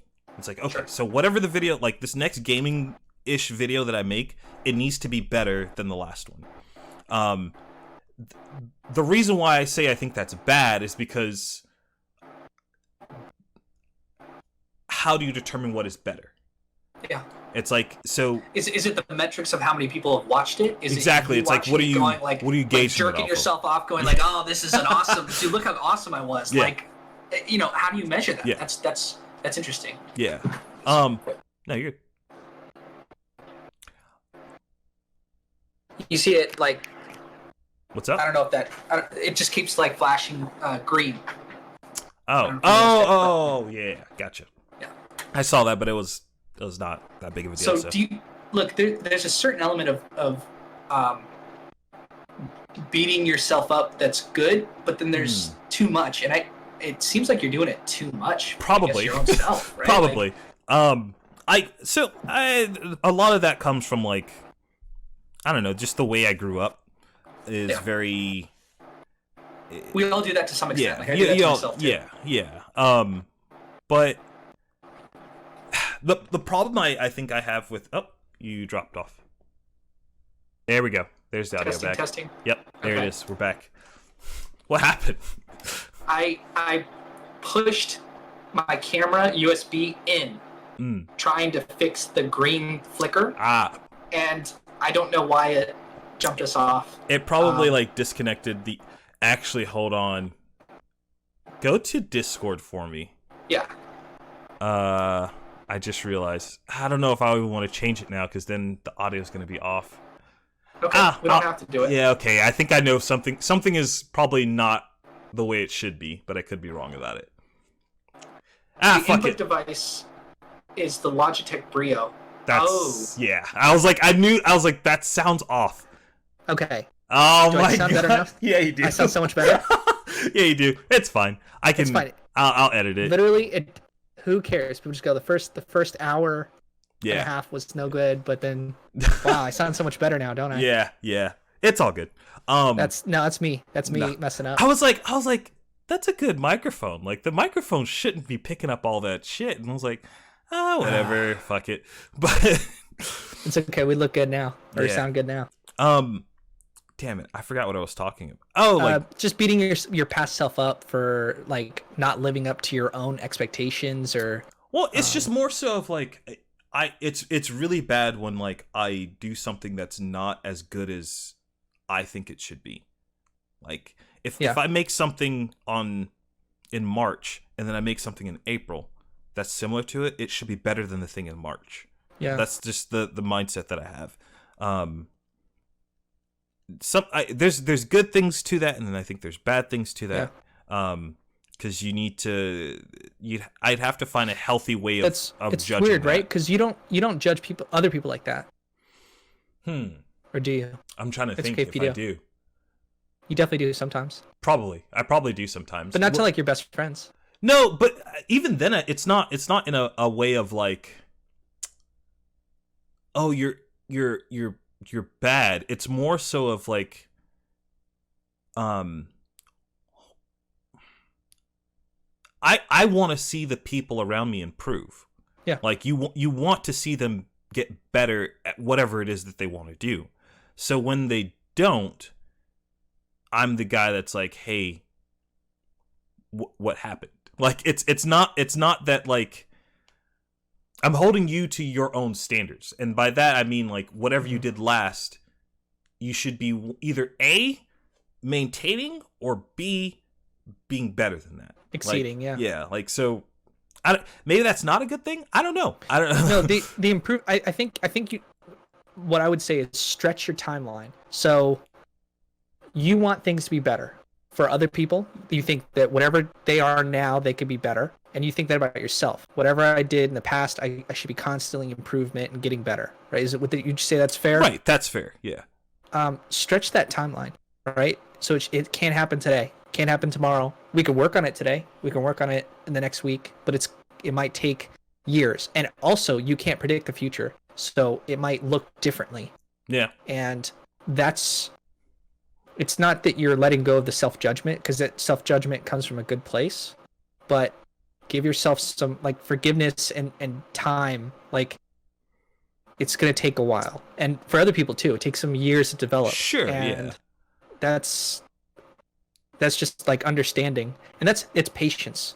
I think it's I think there's a lack of patience that all these things should happen right now, or like maybe the person isn't ready to change, or maybe you don't know how to make that video better. That was in March versus in June or whatever, whatever the like, whatever the time frame would be. Yeah, like you tried something out or you did something different and it didn't work out or it turned out worse. But be happy that you spent the time doing it. And in the moment, you should be trying your best possible. You shouldn't be like, I'm going to half-ass this, and then later on go, you idiot, why'd you half-ass it? It's like, no, you have forgiveness for yourself in that moment that I'm trying the best I can. I don't know what I'm doing. And, it's you're okay. Like, even the past, you don't have the past because you only have the past insofar that you remember it. And then later on you remember it, you're like, why did I do that thing that I said I wouldn't do? I told myself I wouldn't, and then I did anyway. Yeah, and it's like, well, you got to forgive yourself because I forgot, or I didn't have all the information, or I was in with the wrong people, or there's I think a lot of life lessons end up being very two-sided, and the whole concept of like stretching out a time frame. In one hand, I understand the concept of like you don't want to be impatient. You don't want to like rush yourself into things because that's usually how mistakes happen, and that's usually how it's a good way to make really, really bad mistakes is rushing into things without preparing or rushing into things and trying to force them to happen instead of just like letting things happen naturally. However, I think on the other hand of that is time is not infinite. Time is very finite. Like I'm realizing that now the older I get and talking to my parents and the older they're getting, time is very finite. So there's a degree of trying to find the balance between not rushing yourself, but also being very cognitive of making sure you're using your time wisely and efficiently. Yeah. That's the thing that... The thing, though, is that you don't know if you right now are using your time efficiently. Right? Like, you don't know. Sure. You can judge yourself and say, I should be doing better. But in the moment, what's your metric for success? I think it's a feeling that you have. Like, so like when you're making a video or when you're making a podcast, in the moment while you're making that podcast, you feel as though like you're spending your time doing something that feels you feel like you're doing something that's good. You feel good about doing it. Like you don't feel like it's draining you or it's a taxing thing. Like those are the things, or those are the signs or feelings that I look for something. I'm like, okay, this is something worth putting time into. That's the reason why I feel very centered right now, just here sitting here talking with you, knowing you're recording it. Yeah. It's just like when I'm in the gym and I'm like training or whatever. That time there, I'm like, okay, I'm enjoying what I'm doing.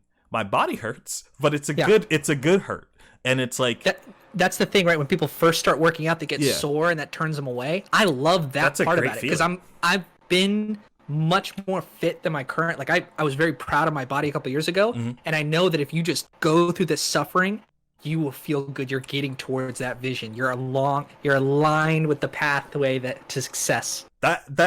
We just did like last week. We on like in the virtual classes, our coach usually instructs like homework, which is the crap that I post on Instagram every now and then. Sure. Okay. One of the things I gotta follow you. Yeah. I guess I gotta follow you back. I don't think I follow you on Instagram either. I don't put anything worth following.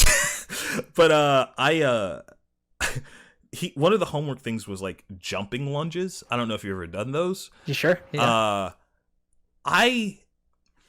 I've been told that I have aesthetically pleasing calves and legs. I've been told this for a long time in my life, and I'm like, at a certain point, I believe that.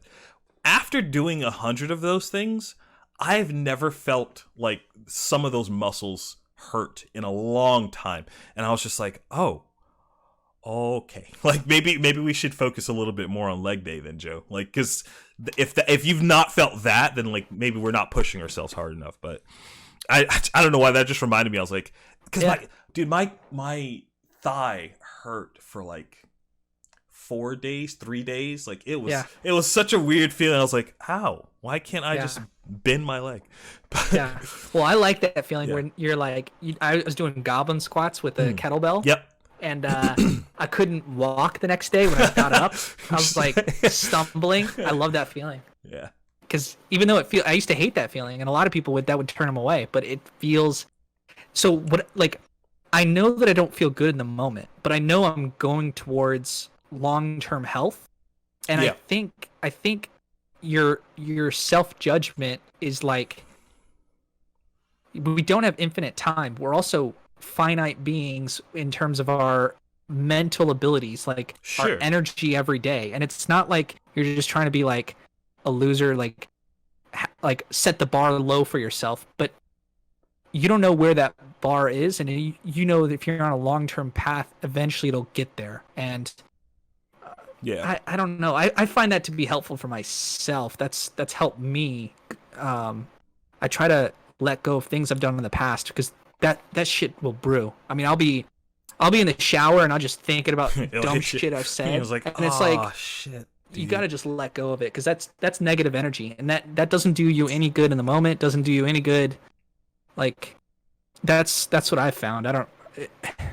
That's probably been like some of the hardest stuff with this whole quarantine, because like even for me, I guess my situation may be a little bit different than others. I have a gaming computer. I have games and stuff to sit down and play and distract me. What I don't have is a group of people to play those games with.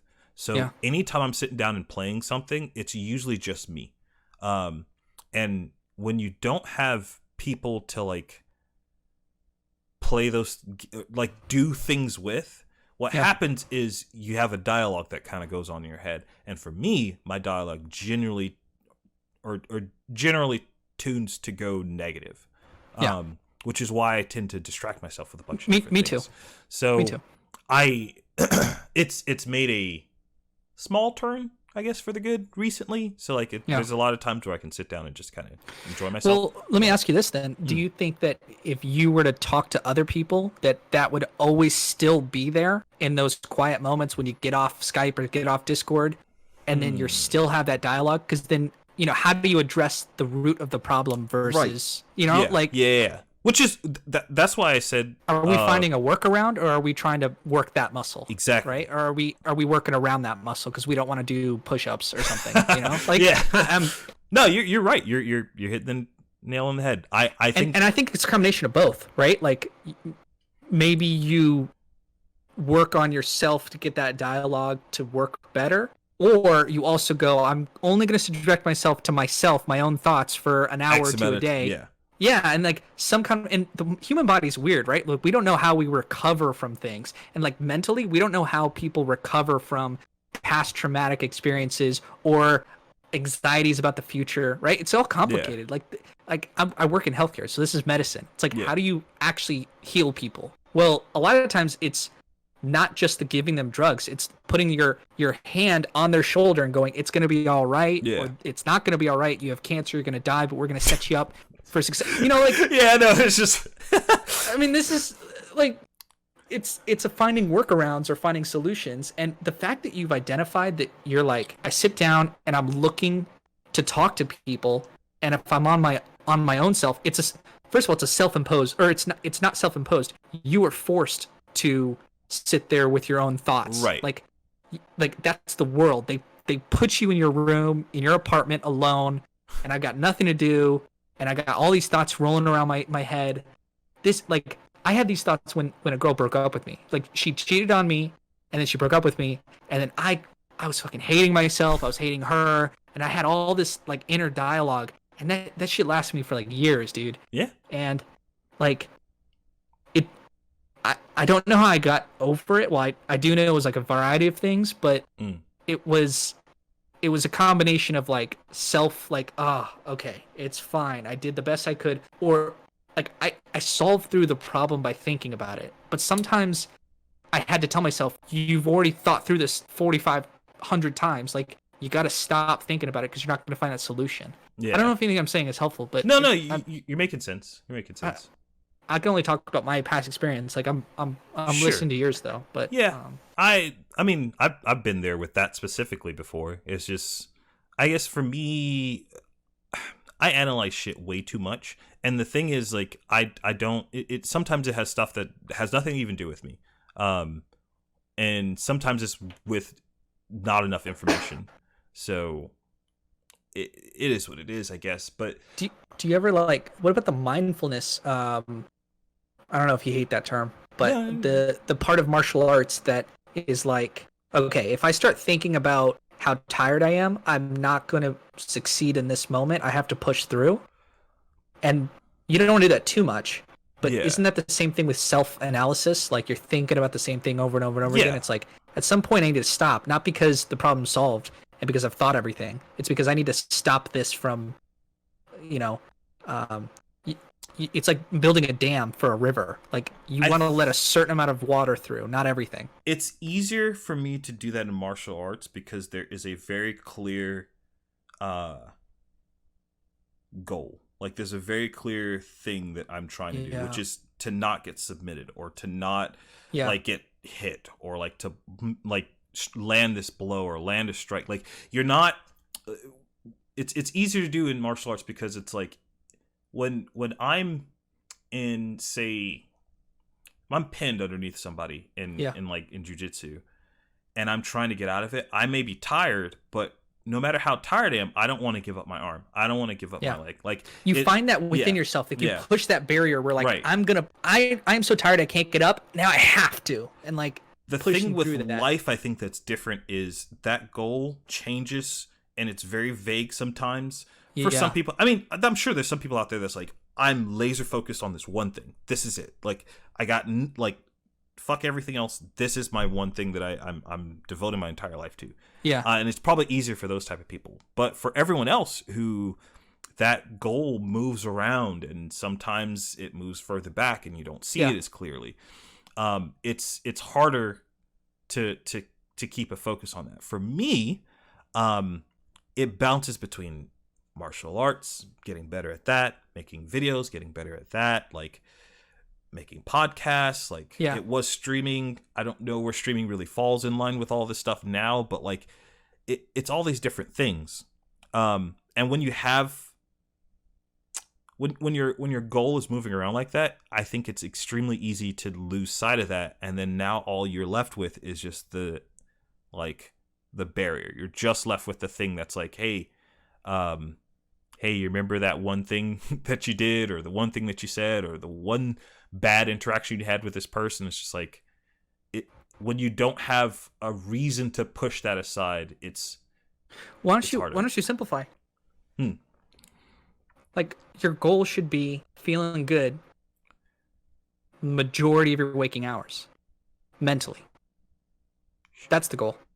Yeah, I don't know if that's a good goal though, because I think so. The reason you can get more shit done, but you sometimes can actually work harder if you feel good. Sometimes getting shit done means that you're not going to feel good. Like, so too.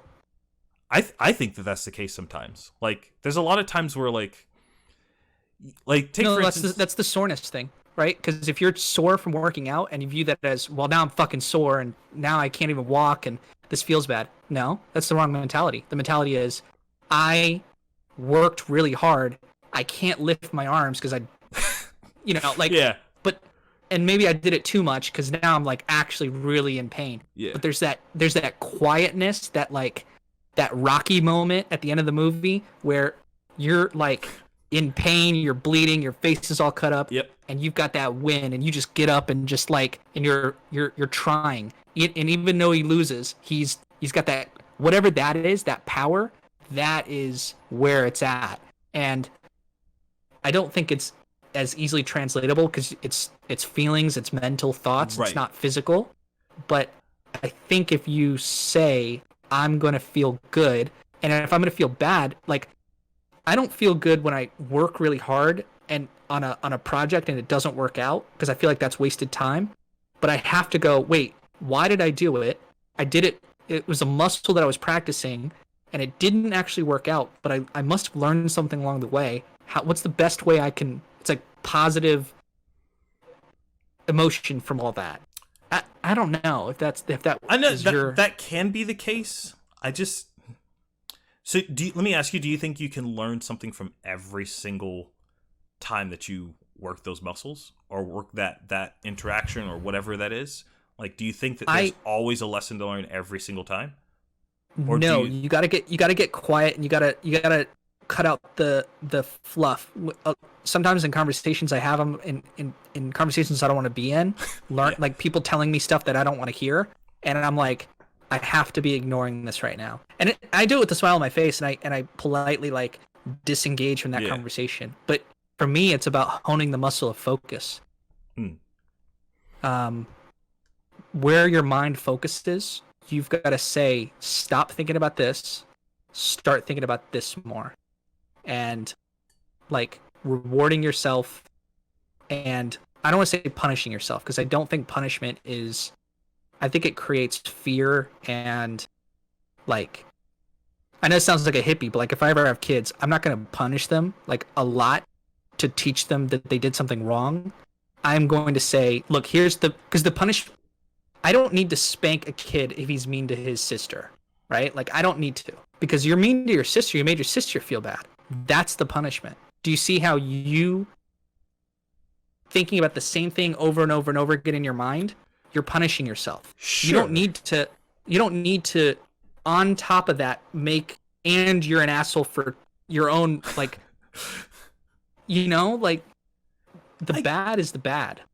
Yeah, it's weird too, because I think sometimes I think it depends on the person. Some people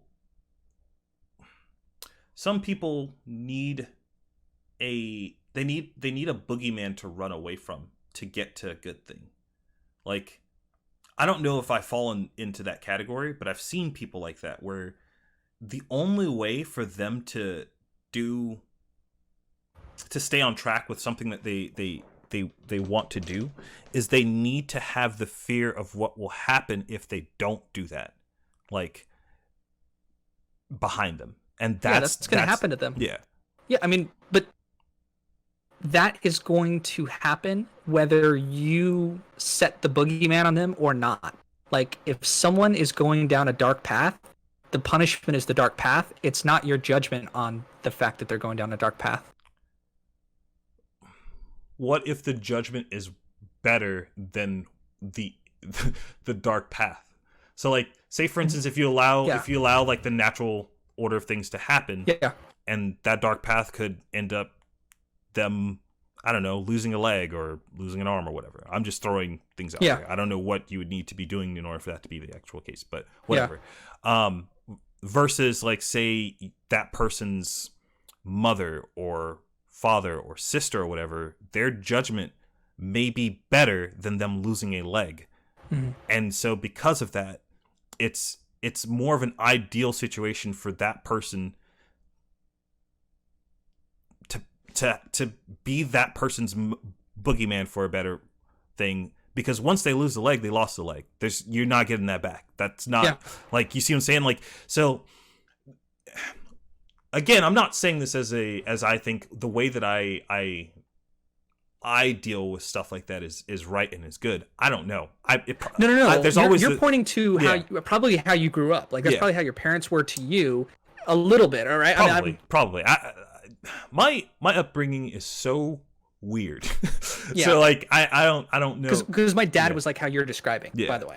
So, it's just I have some experience with that. I the way I see it is just maybe that is the case. For me,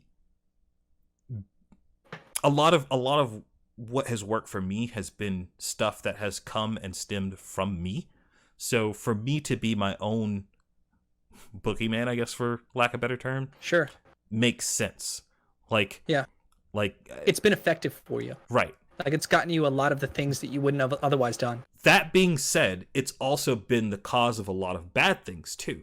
So like it's on, I'd say a lot, but some. Well, but I would say don't get rid of it then, right? Yeah, because that's it's the thing. obviously brought you a lot of good, but there's still what you're describing is you've created this engine, right? Like you've created this car that you're like it gets me from point A to point B, which is the point of the car. It's really Right. good, right? But then sometimes it swerves off into directions I don't want to go, and so you've got to work on the machine, right? The Yeah. machine is your mind, right? You got to work on focus. You got to work on like you've got that thing that motivates you that like.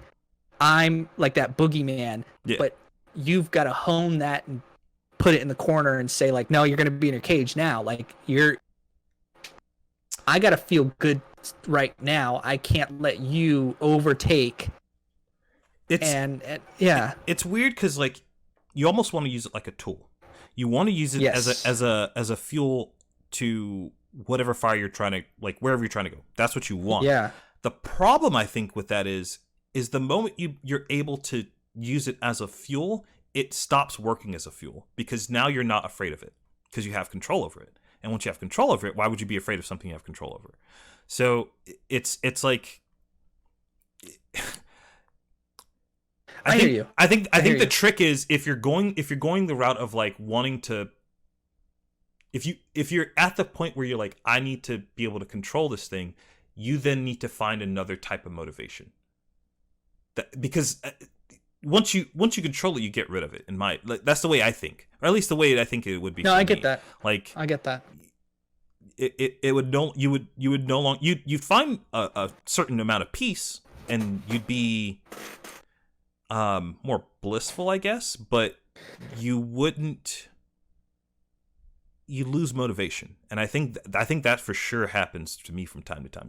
The times when I am happiest are usually the times where I get more. It's usually when shit hits the fan because I've gotten more comfortable. Like there's nothing like pushing me to be better. Like there's nothing like I'm not afraid of the end result because I feel like I have everything in check. Like I'm like, oh, I've got this put away, got this money, I've got these relationships that are really good. Like things are great. And then what happens is one of those things that I feel like I have in control. Something happens there where I wasn't expecting it, and because I got lax, that impacts me more, and then I'm like, oh, and then it goes bad. But how could you have had control? I don't think that You didn't. I don't think you you can. didn't have control. Yeah, That's an illusion. That's a I self-imposed. don't think. I don't think you can, and that's the reason why. The way that I function now is the way that I've kind of come to peace with it. I've come to terms with it, where it's like, okay, there are going to be moments that suck. There are going to be moments that like are really, really bad and very depressing. However, I need those moments, and I can't try to reel those moments in because I need those moments so that when things aren't like that, I can still remember that is a thing, and that's what propels me to do the things that I want to do. That propels me to make the videos, that propels me to make like anything that I'm usually putting up, is because it's like, okay, if I don't do this when that bad moment comes around, because it will, like I won't have anything to get me out of that. Like if I lost both of those, I'd be fucked, man. I'd be literally just kind of like perusing through life, like not really. I wouldn't have any goals. I wouldn't have any reason to want to do the things that I do, I guess. Because I guess the reasoning is like obviously that feeling is bad. Like it's not a good headspace to be in. But it's a catch-22, I guess. Without that, you don't have the motive, or for me, I don't have the motivation to do the things that do make me feel good. I don't know. That I might have said the same thing like 3 times. No. No. It's helpful for me because you're describing like, I mean, we're not talking about things. We're talking about like concepts, and not even concepts. They're undeveloped ideas, and they're like, it's feelings, and it's the way our minds operate. That why are we doing what we're doing? And there's like a mix of logic and emotion and non-logic to it. There's because it doesn't make sense. If it made sense, this would be easy. That's true. but I think that it's like the economy. The economy is really difficult, and we know generally we're going to go through economic booms and then economic recessions and then economic depressions. Like we just know that this is, and it's cyclical, and everyone says, oh, every 10 years it happens. You have no idea. The last one was 12 years, and coronavirus came out of like nowhere, and now it's caused an economic halt, which is going to have like years of people trying to get out of the, who got booted out of the workforce, trying to get jobs again. You're going to have, you know, people's 401ks that, like, you know, my grandma who's 86 or whatever, like, she's probably not ever going to get the economic recovery to her portfolio, her investing. What's up? We got a crasher. Hey, what's up, Corey? What? Yeah? Okay. He just watched Parasite. He says it's a good movie. All right, we'll talk about that later. That's great. Yeah, but the economy, like where I was going with that, is you never know, but you know that there are tools you can use if you're paying attention. And I'm not saying you got to go out and read economic textbooks, but there's tools you can use for your mind, because you're going to have good days, you're going to have bad days, you're going to have shit that you don't know why it happened. Like, you're forced inside, you can't talk to anyone, and your mind just keeps going. Like, this is I couldn't plan for this. Yeah. But that's why I'm so interested in, like, not spirituality, but like Zen Buddhism, of them trying to say, like, it's you versus the mind. And they take a very scientific approach, but not science in this weird Western sterile, throw drugs on it, throw ibuprofen, fix the symptoms. The mind doesn't work that way. The mind works with, there's a certain element of filling it with stuff that is going to be good for you, filling it with stuff that you hate or dislike or disgust that you can avoid. And that's actually healthy to put in your mind, because you're like, look at this. Like, I envision myself, if I go down the wrong path, and that I outline that, and I go, like, whatever that could have been, I don't want to be that guy. I don't want to be that jerk, or that cowardly person, or that's the person I don't want to be. Maybe I've been that in the past, and this is like an exercise that I don't even know if I'm pumping the right iron to get to the right muscles in my own mind, but I know I'm trying every day, and it's gotten better, and it's gonna get worse, and it's gonna get better again. And yeah, I also notice how I treat myself better if I'm treating other people around me better. Same. Yep. And if you don't have anyone around you, that's the tough. That's where things get weird. And I've kind of been in that for a while now, where, like, I have friends, like, people that I will talk to, and some of which I talk more in depth about this stuff with. Some I don't talk with about this kind of thing at all. I'm glad we're able to talk about this kind of stuff, by the way. Yeah. Like, who do I get to talk to about concepts and ideas? Like the Buddhist kind of Zen thing, I have, it's as cliche of a tattoo as it is, I have a yin symbol on my right shoulder blade, and a like yang. Yin and yang? Yes, Yeah. I have a yin symbol on my right shoulder blade and a yang symbol on my left shoulder blade. And the way I like to look at it is, like, you envision the person that you could be if you go down the wrong road, and you say, I don't want to do that. I don't necessarily do that. I envision the negative aspects of myself and say, okay, if I can, like, I consider this negative. However, what from that version of myself can I take from it and apply it to something that I like, or apply it in a way that I like?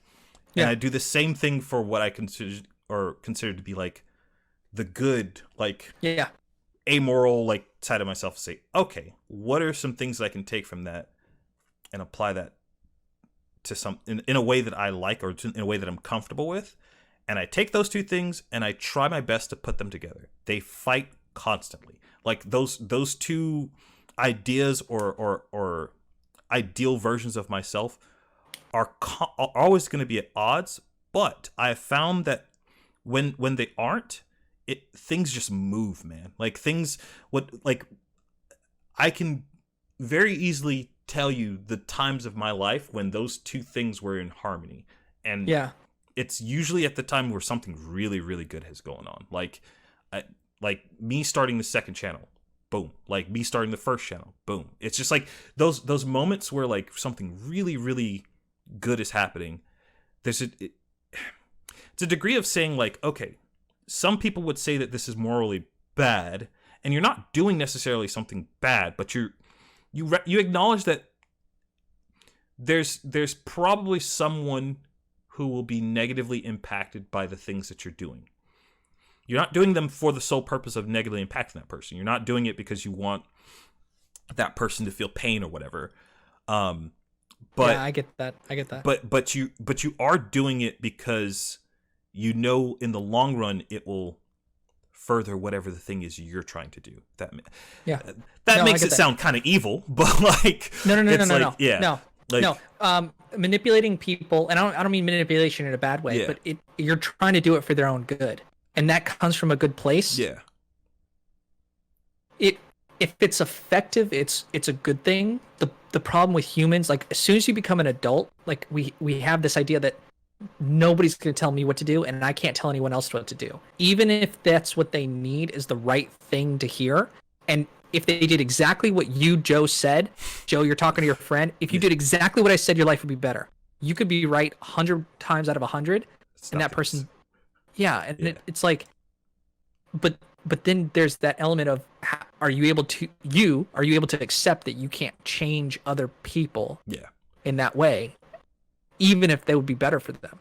And also, people are surprising, dude. I think you discount this. I think you are like, people shock you in all sorts of ways. I've kind of got that judgment personality where I'm like, I want to be a leader. I want to be like forcing you to do something that's better for you. Just trust me, and I'll get it done, because I'm like the older brother in my family.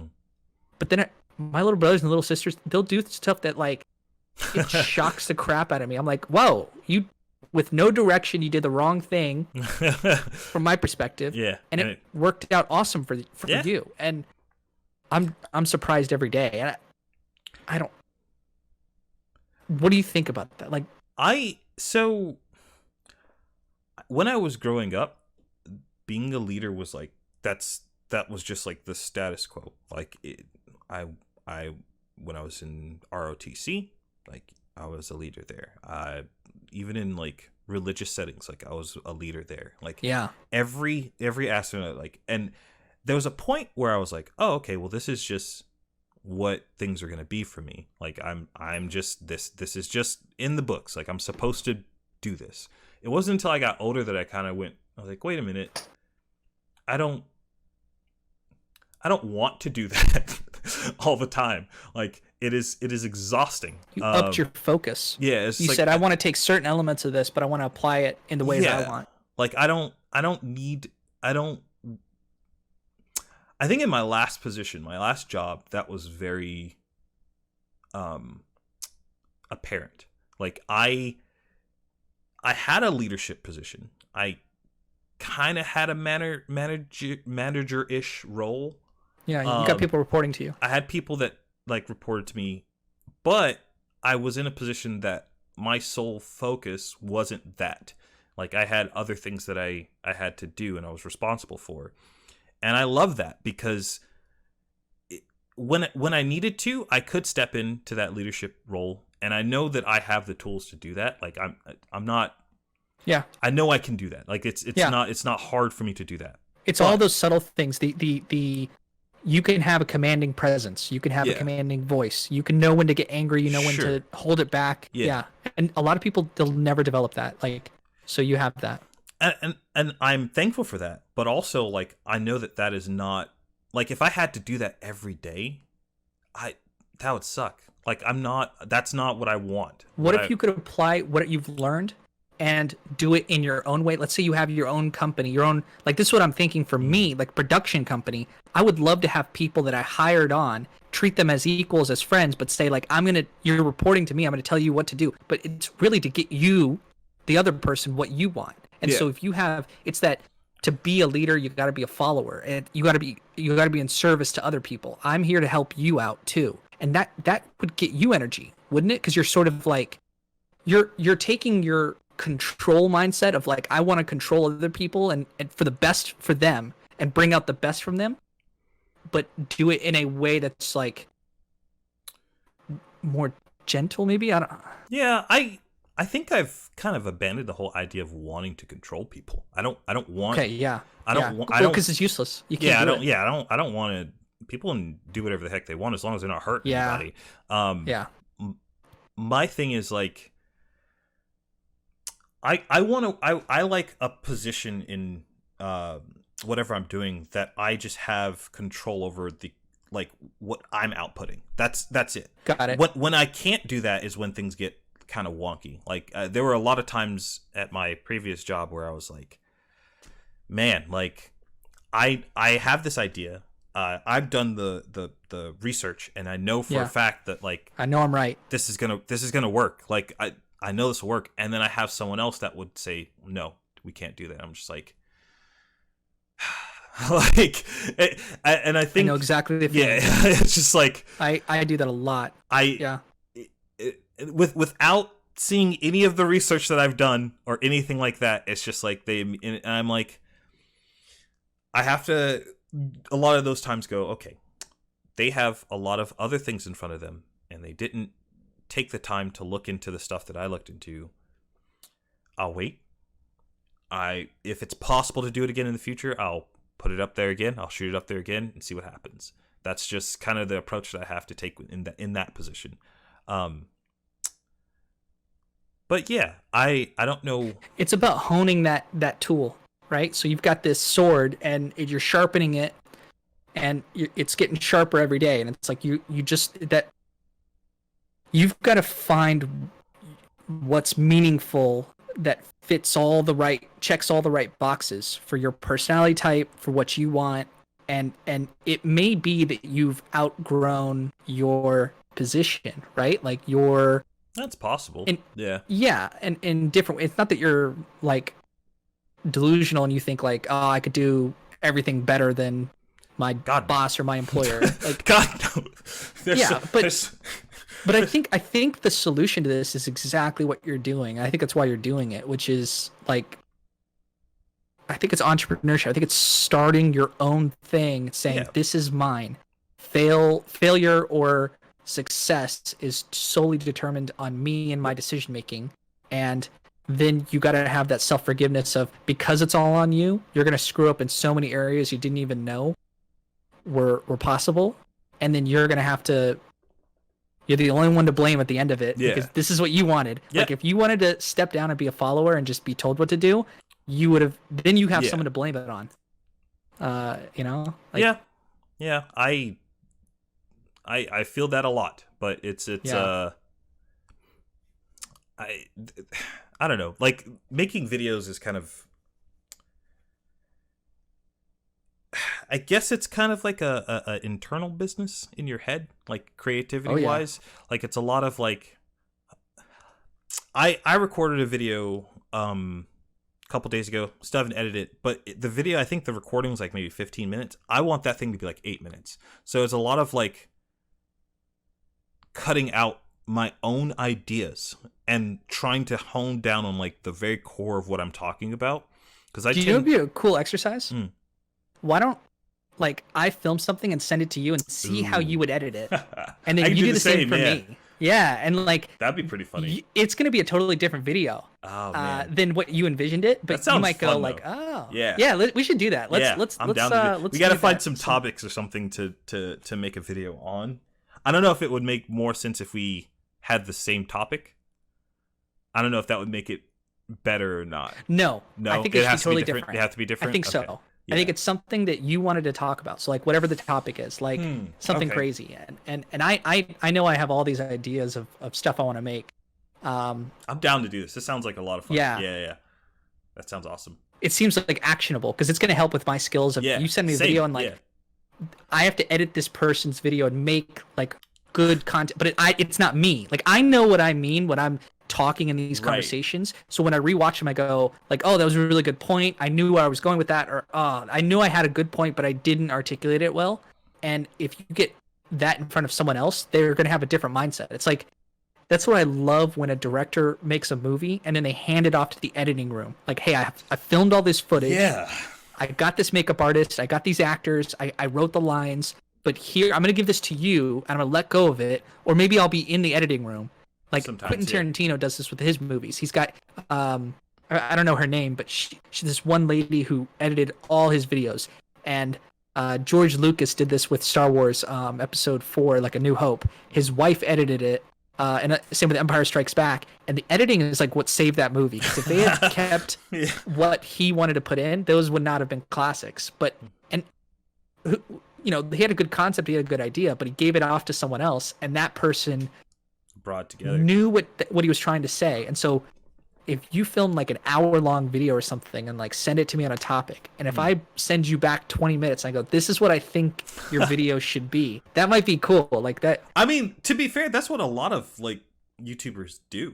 Like, I know that's like what PewDiePie does. Like, he records like these much longer videos, throws them off to an editor, and the editor uploads them. Like, I'm sure he looks at them at some point and like approves of them, but like, like ultimately, he's like the talent, and then he has other people that kind of edit around it, which is cool. And it would also solve, like, I don't know if what I'm doing is good. I'm gonna record it and give it off to someone, and then they make it. And if the product they return back is not to your liking, maybe that's maybe I didn't do a good of a job that I thought. Like, I've edited my own content down, and I'm like, I think this is good, but let's put it out there. Oh, it got 0 views. Yeah.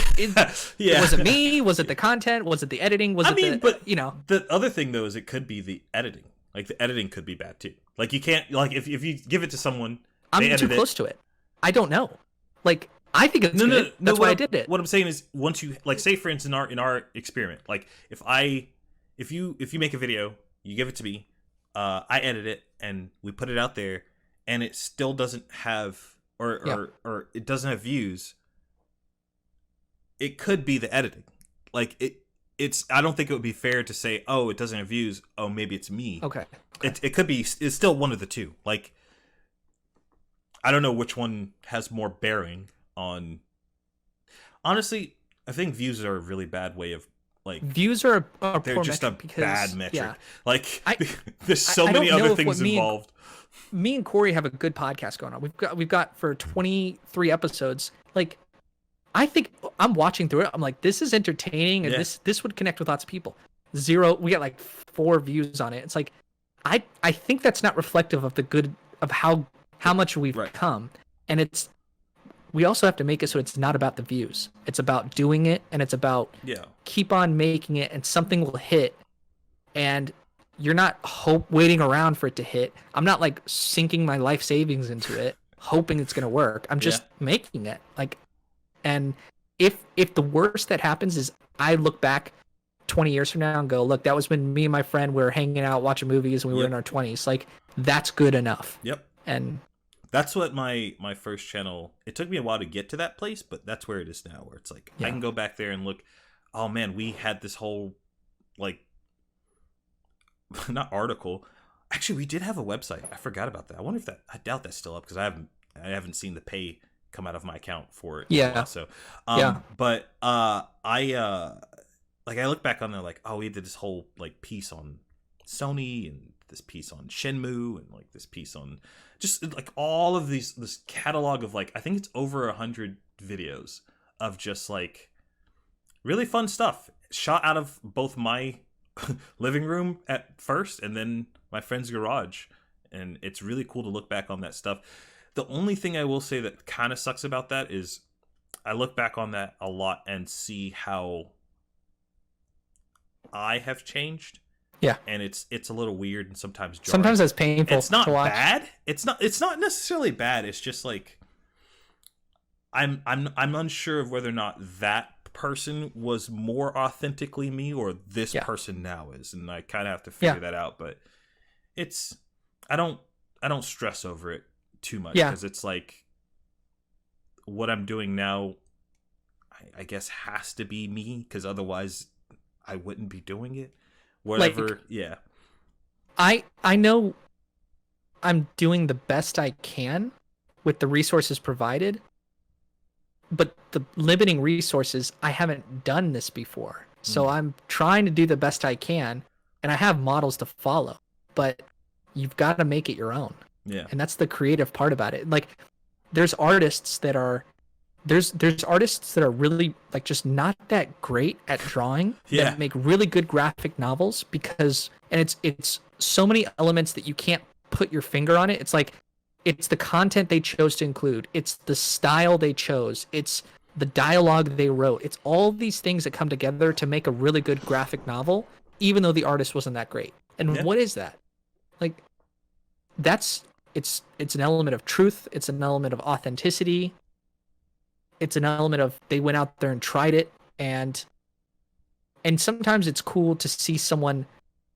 I view myself as a success later on. Like, I will get that in whatever capacity, because I'm so driven it's not gonna not happen. Like, Yeah. it's just I'm gonna try till I'm dead, and if it will happen. So Yeah.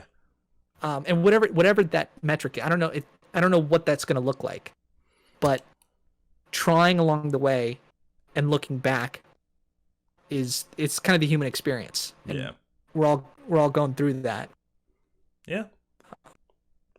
Yeah. I think it might be wise to stop it here. Yeah. Because we're like Yeah. 2 hours and 14 minutes, 2 hours and 16 minutes in. Yeah. So, Yeah. but yeah, man, I always appreciate these. These are really fun. They're very insightful. Yeah. I'm curious as to what conversations like this look like or sound like with Corey. Because Corey, I know he's like, he tends to run away from the camera sometimes, but like, he seems like the type of person that like would fit well in conversations like this. But I understand if he doesn't like I'm doing I'm that, trying to but- figure out the dynamic. We're still figuring out the dynamic of the show. It's come down to I'm the talker and he plays off my thoughts, and it's a lot of like making fun of. I'll go super in depth, and he goes, "I just thought she was hot, dude. I don't know. I think you're looking at like, it's our dynamic." Yeah. I don't know if this space of talking, producing content, and uploading it is his comfort zone, and I don't think he's driven. I think he likes the idea of it. So I'm trying to figure out what to do with him.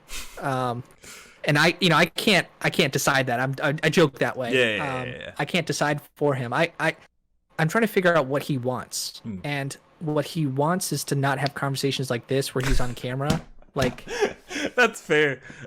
even though I want that for him, and I Yeah. think he would be good at it. I think that Yeah. because I've had like very short conversations like this with him, and I come out of them the better. So that's why I want but that being said, it's him, like it's not for really anybody else to decide what he does. But I don't know. That's kind of the Yeah. I'm in the process of figuring it out, and I'm trying not to put judgment on it. I'm just trying to I have to twist his arm to do more videos. And I'm like that because I don't mind being annoying. Like, yeah, hey, go watch a movie. Let's talk about it. But I do think that in the long term, it's gonna be you and me, and people with our mentality taking this to the next level and going off. Like, Yeah. I'm very interested to see you in 5 years, and I want to follow you along that journey, whatever that turns into, and I want to help you get whatever it is you want. And I mean that just from the bottom of just who I Yeah, am. I mean- because I want to see you succeed.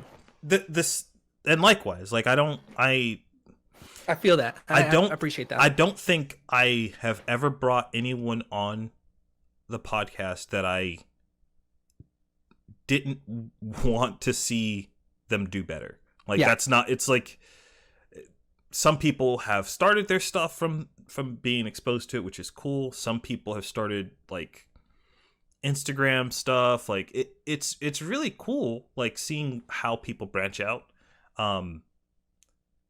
but I don't think I've ever brought and I think I kind of want to hold my audience to keep me accountable for that too. If I ever bring somebody on with the intention of like, oh man, we're gonna really get into it on this thing that we disagree about or whatever, like, fucking call me out on that shit. Because like I won't lie, like that thought has come through my head before. Yeah. Like, oh, me and this person will disagree on this. Like, let's have a conversation. But I got to make sure it stops there and doesn't keep going on. Where like, all right, I've got pages upon pages of research facts and stuff that I can throw. It's just like, nah, like we're not doing the fucking Steven Crowder thing. Like we're just like, it's just to have a conversation. That's the whole point. It's not to prove anybody right or wrong. So, well, it's you have different levels of conversational skill, and you're trying to develop that skill, and so am I. And we have a good basis for it anyway. Like you're a good speaker. You're good at you're very good about reading other people, and I think sometimes you struggle with the articulation of the point you're trying to make. But the point is there. Like you have a good point. You have a strong point. But and that'll come with time, and I'm developing that myself. What else was I going to say? I was going to say one more thing. There's a skill to argumentation as well. I don't like arguing with people. I don't mind being aggressive and being. You don't mind disagreeing though. You like disagreeing. Yeah, I don't mind disagreeing either. What I don't like is when I do too. Yeah. Yeah, I don't mind disagreeing with people. What I don't like is when one person, we're disagreeing about something and one person is actively trying to pull me over to their side. Yeah. Without understanding my initial point, and vice versa. If I tend to be really upset with myself if I am trying to pull somebody over to another way of thinking, but I haven't been able to figure out where they're coming from first. Because you're not meeting on the same levels. Yeah. Like they may be here and you're saying, I'm trying to bring us both to this base level. Yeah. Like this conversation has gone really well because we're both trying to connect on the same level. And if I sense that like I might be going too deep or I might be going too shallow and you're trying to hit something deeper, like we try to trade off with each other and our energy and get to the same point. And that's a good conversation or a good argument or disagreement. And people don't have the same value system. I've been watching Destiny debate people online. I stopped watching his stuff. It's so cringy I need to get back in there. It's fun, but it's also nonsense. It's such a waste of time. What happens with that kind of stuff, and not just him, it's like a lot of people that like make their video careers out of like debating and stuff. Yeah. It becomes a competition of trying to win, and then what happens there is they say one thing that is so dumb that I just immediately hit like YouTube. I go back to the YouTube homepage and I find something else. Like, cause it's like, I hear I'm just like, you don't believe that. I know you don't believe that. You're literally just saying that so you can try to like force this person to like concede. That's the only reason you're saying that. I hate it. I hate it so much. But yeah, it's definitely a turnoff. Yeah. This has been a good talk, dude. Yeah, man. This is always fun. I'm gonna link your channel in my description so people can go check your stuff out. Let me get your 1 minute advice on something though. Yeah, do you think I should create a second channel for Magic? Okay. Not yet. Because Magic content and movies are very different, but my name's on the channel, so I think it's whatever I want to produce is going to go on the YouTube channel. But I think I changed my name on Twitch to Kuhlman MTG because I think I'm only going to stream Magic. Only intend on streaming Magic there. That makes sense. So I think in the long run, if you keep going, yes, it'll make sense to create a second channel. But for now, I don't think there's a reason for it because right now, what you're trying to do is get as many. I say one of the things that you're trying to do is get as many. I'm selling myself here. I'm not selling the content. I'm not making Magic only content. I'm putting my face on it, going, "This is me interacting with the media, whether it be movies or right." So I'm selling myself. Well, the thing is, you want as much crossover as possible. So, like, if somebody sees your Magic stuff, and then seeing that comes to your main channel, and then they go, "Oh, cool."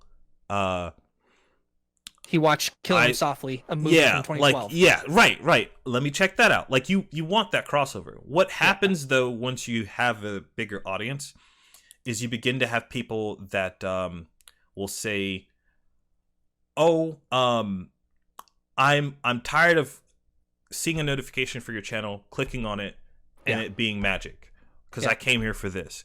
And then once you start hearing those kind of things, then you're getting to the point where it makes sense to split them. But I think for now, you just throw them all in one place. It helps bring traffic to one place, and then from there you can start splitting it. Okay, good. I'm gonna keep on doing that. I'm waiting for the comment from someone that was like, "No, that's the wrong way. Like, don't do."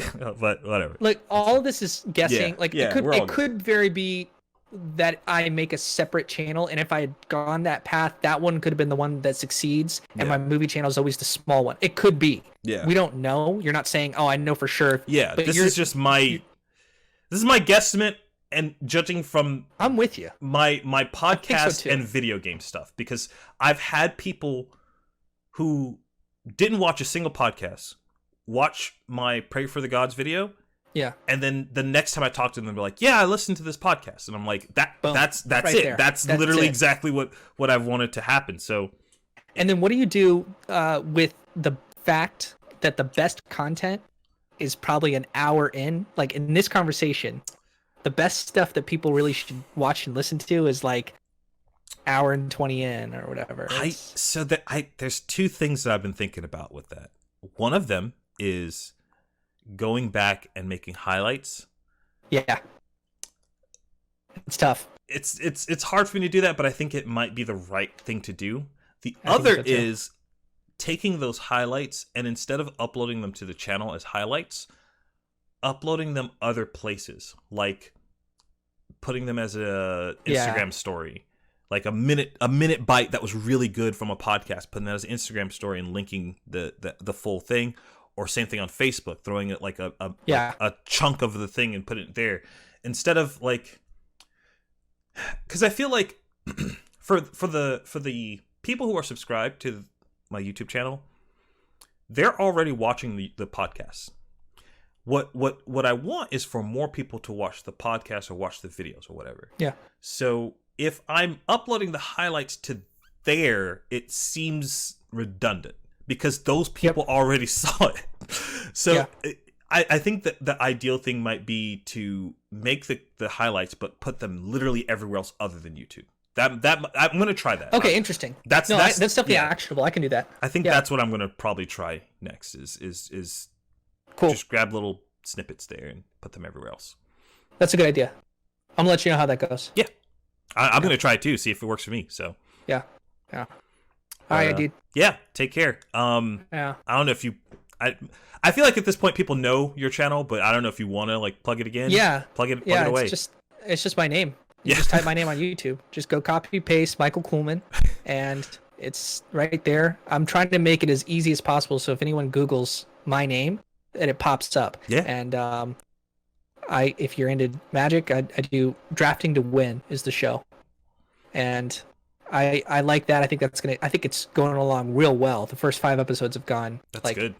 Yeah, and I'm getting into the rhythm of it. And then I don't know what to do with the movies channel, but we have a show about movies. My idea is that if someone's out there and they don't know what to watch, browse our YouTube channel and just see if there's an interesting movie, and go watch that movie on Netflix or whatever it is, and then come and watch our discussion. And if anybody who wants to, you comment, and Joe, if you wanted to go watch a movie, and then like just get it's a vehicle to get the conversation going. You know, I have a long backlog of movies that everyone tells me I should have seen and have not seen. So, and a lot of them have been videos that you guys have already made.